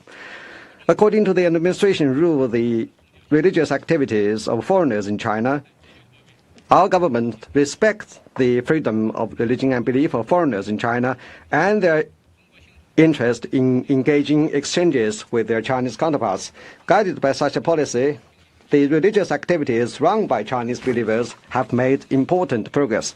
Nationwide, there are about 200 million religious believers in China, 330,000 clergy, 5,500 religious bodies, 144,000 places of worship, and we have also published many religious books. Thank you. Mr. President, I'm from the State Ethnic Affairs Commission. I'd now like to answer some questions concerning protecting the rights of the ethnic minorities. There are 56 ethnic minorities in China. Under the Chinese law, citizens of all ethnic groups have equal rights and obligations, free from discrimination on ethnic ground. In ethnic minority areas, we practice regional economy. Thirdly, sustained efforts have been made to speed up the economic development in minority areas. Fourthly, we advocate mutual respect, mutual help, and harmonious coexistence under the framework of national unity. Fifthly, we respect the diversity and differences and try to preserve traditional culture while encouraging innovation. Since 2018, we have made unprecedented progress in seeking to protect the rights of ethnic minorities. Thanks to the support of the central government and other regions, infrastructure have been upgraded in minority areas, leading to faster growth in economy and increase in incomes. The university enrollment rate for minority regions is higher than the national average. Now we are seeing in minority areas better housing, better service, social security improvement, and a happy life. Mr. President, I'm from the Ministry of Culture and Tourism. I'd now like to answer some questions about protecting the cultural rights of the Chinese citizens. China has invested heavily in cultural service to ensure the cultural rights of all citizens, including special groups. In recent years, we have been improving the legislation in this field and providing better services of culture benefiting many people, including ethnic minorities, and better protect cultural heritages. Nationwide, there are 46,000 cultural institutions providing services to more than 900 million people. For the past 3 years, the public library networks in China have received 2.7 billion readers. All ethnic groups are covered by the National Intangible Cultural Heritage List. 11 ethnic minority heritage projects have been included into the UNESCO list, which makes up about 26% of the Chinese total. We have also set up 11 national ethnic minority cultural protection zones. Thank you. I'm from the Tibetan Autonomous Region. I'd now like to answer the question concerning the question of boarding school. In Tibet, children from preschool to senior high school go to the nearest school free of charge. But because of its vast expanse and sparse population, for instance, there are only 3 persons per square kilometer. Children need to travel long distances to go to schools. But we are determined to bring modern education to children in the minority areas and offer opportunities for talented children in those areas.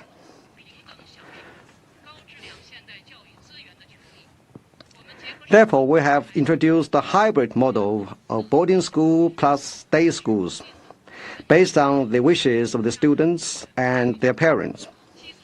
Those in boarding schools can go home on school holidays and weekends, and parents can come and visit them or take them home anytime.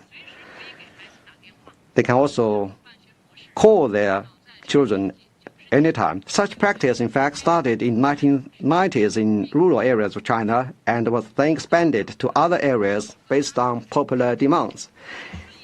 It can meet the expectation for quality education in the ethnic areas and also protects the human rights of the Tibetans and their traditional culture and heritage. Now I'd like to come to the question of so-called forced relocation. Tibet lies on the roof of the world. Its average altitude is 4,000 meters above the sea. Some communities in high altitude are prone to diseases such as high blood pressure and heart diseases because of a lack of oxygen. This also affects children.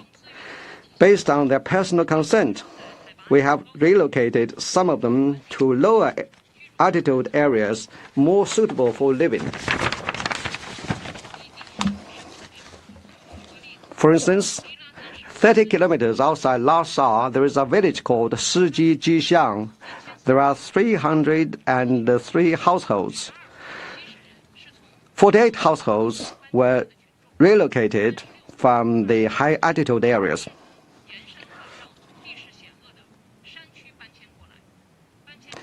Before moving, they were invited to have a look at their new homes. Now they have all seen their life improved, with incomes growing nearly tenfold.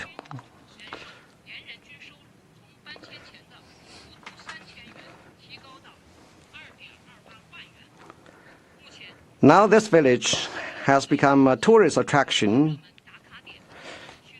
A lot of foreigners have visited the place and praise what they have achieved. Seeing is believing. You're all welcome to come to Tibet and see for yourself. I thank you. Mr. President, I'm from Xinjiang Uyghur Autonomous Region. I'd now like to answer a few questions about the so-called forced labor in Xinjiang. Employment is a basic human right in China. Xinjiang encourages free choice of employment based on the demand of the market, in line with the government policy to actively encourage job creation to raise living standards.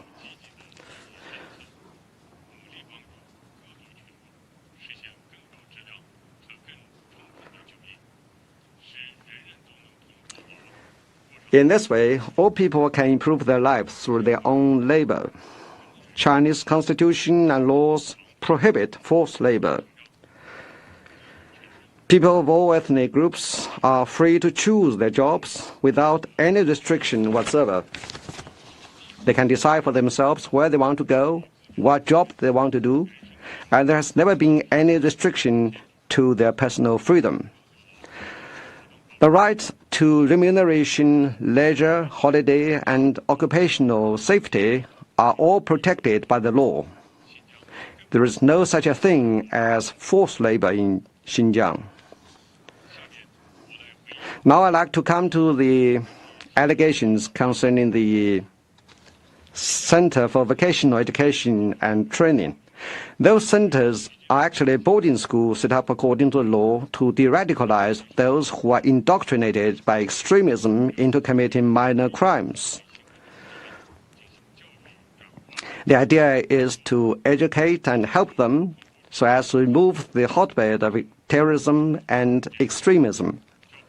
The curriculum of the training centers include Chinese, law, occupational skills, and de-radicalization programs.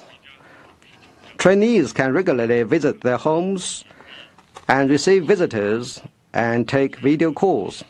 After finishing their programs, they are offered job opportunities or can start their own business. The centers provide free lodging and boarding and guarantee the trainees lawful rights in all fields, including their rights for leisure. In October 2019, all the trainees in those centers have finished their training, and most of them have found stable jobs and are leading happy lives. The so-called concentration camp or genocide or crime against humanity are nothing but pure fabrication. Thank you. 主席先生，刚才 Mr. President, just now my colleagues from other ministries and from Xinjiang, Tibet, Hong Kong, and Macau did their best to reply to questions concerning those issues. I think recently some organizations and countries, guided by their political motives, have fabricated a lot of lies on those regions. Some countries have been using the Human Rights Council and other platforms to defame China over those issues. We firmly oppose such attempts. In its essence, Xinjiang, Tibet, and Hong Kong involves Chinese sovereignty, security, and unity. Now, Xinjiang is enjoying sustained economic development, social harmony, thriving culture, and happy life. 70 years after peaceful liberation, Tibet has seen tremendous changes. Former serfs have become the master of their land and are leading happy life. After the return of Hong Kong to China, the practice of one-country system has been making a lot of headways. The central government has taken a series of measures to end the violence and chaos in Hong Kong and to bring stability. In recent years, more than 100 countries have openly taken the floor in the Human Rights Council and the Third Committee in support of China's position on Hong Kong, Xinjiang, and Tibet.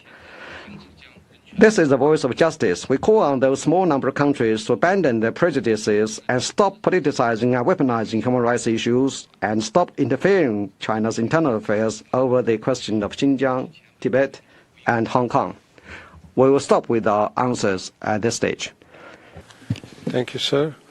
I understand that there are still 3 minutes and 30 seconds allocated to the delegation of China. So, Your Excellency, Ambassador Chen, I give you the floor for your final remarks. Thank you, Mr. President. Just now, the Chinese delegation, in an open and candid manner, had a constructive dialogue with other delegations. Your active participation and positive comments showed your interest in China's human rights cause.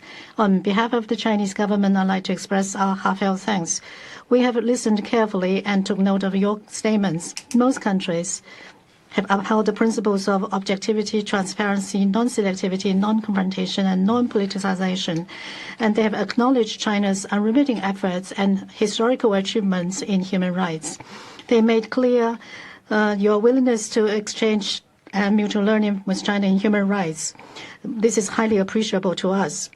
Your many constructive comments and suggestions are invaluable wisdoms from different regions and civilizations and will contribute to China's human rights cause.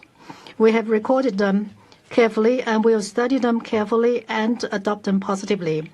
As for the concerns caused by misunderstanding or misinformation, we are ready to continue having friendly dialogue on an equal footing with the countries concerned to enhance trust, dispel doubts, and deepen mutual understanding.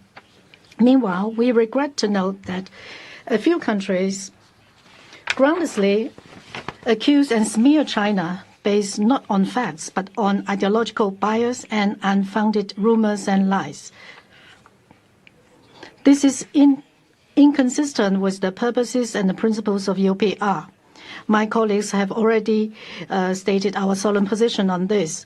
We hope these countries will stop politicizing human rights issues, make comprehensive, objective, and fair comments regarding China's human rights development, uphold the UPR's authority and its atmosphere of dialogue and cooperation, and provide positive energy for the development of global human rights cause. Mr. President, through tremendous efforts, China has made historic achievements in its human rights cause. The level of human rights protection, especially the right to survival and development of the 1.4 billion Chinese people, have been effectively increased. The whole process people's democracy has ensured the constant development of democratic rights, good laws, and good governance have safeguarded the advancement of human rights across the board. The rights and interests of specific groups have been effectively protected. Our development in human rights provided a new alternative for others, especially other developing countries. In independently exploring a path of human rights development, it tellingly shows that there is no fixed path for human rights development, nor one-size-fits-all model for human rights protection. China's path suits our national realities and echoes the aspiration of our people. We will take firm steps towards this path. Mr. President, the Chinese government cherishes its participation in the UPR as an opportunity to have dialogue and exchange and to take in good practice.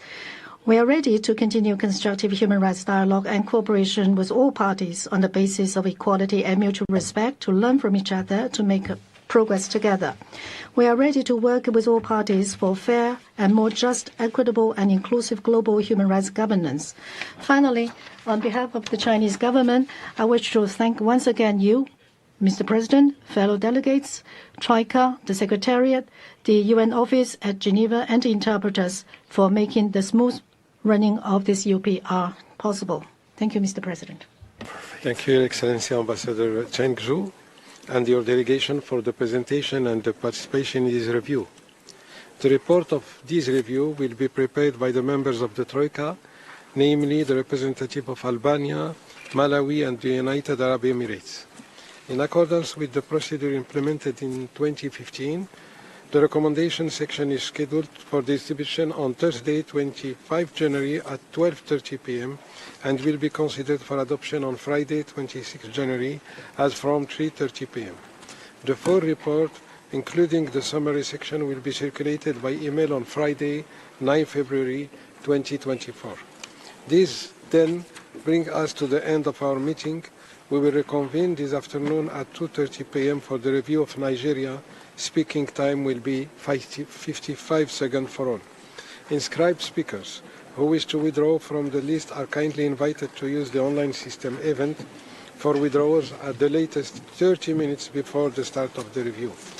I hereby close the third meeting of the 45 section of the DPR working group.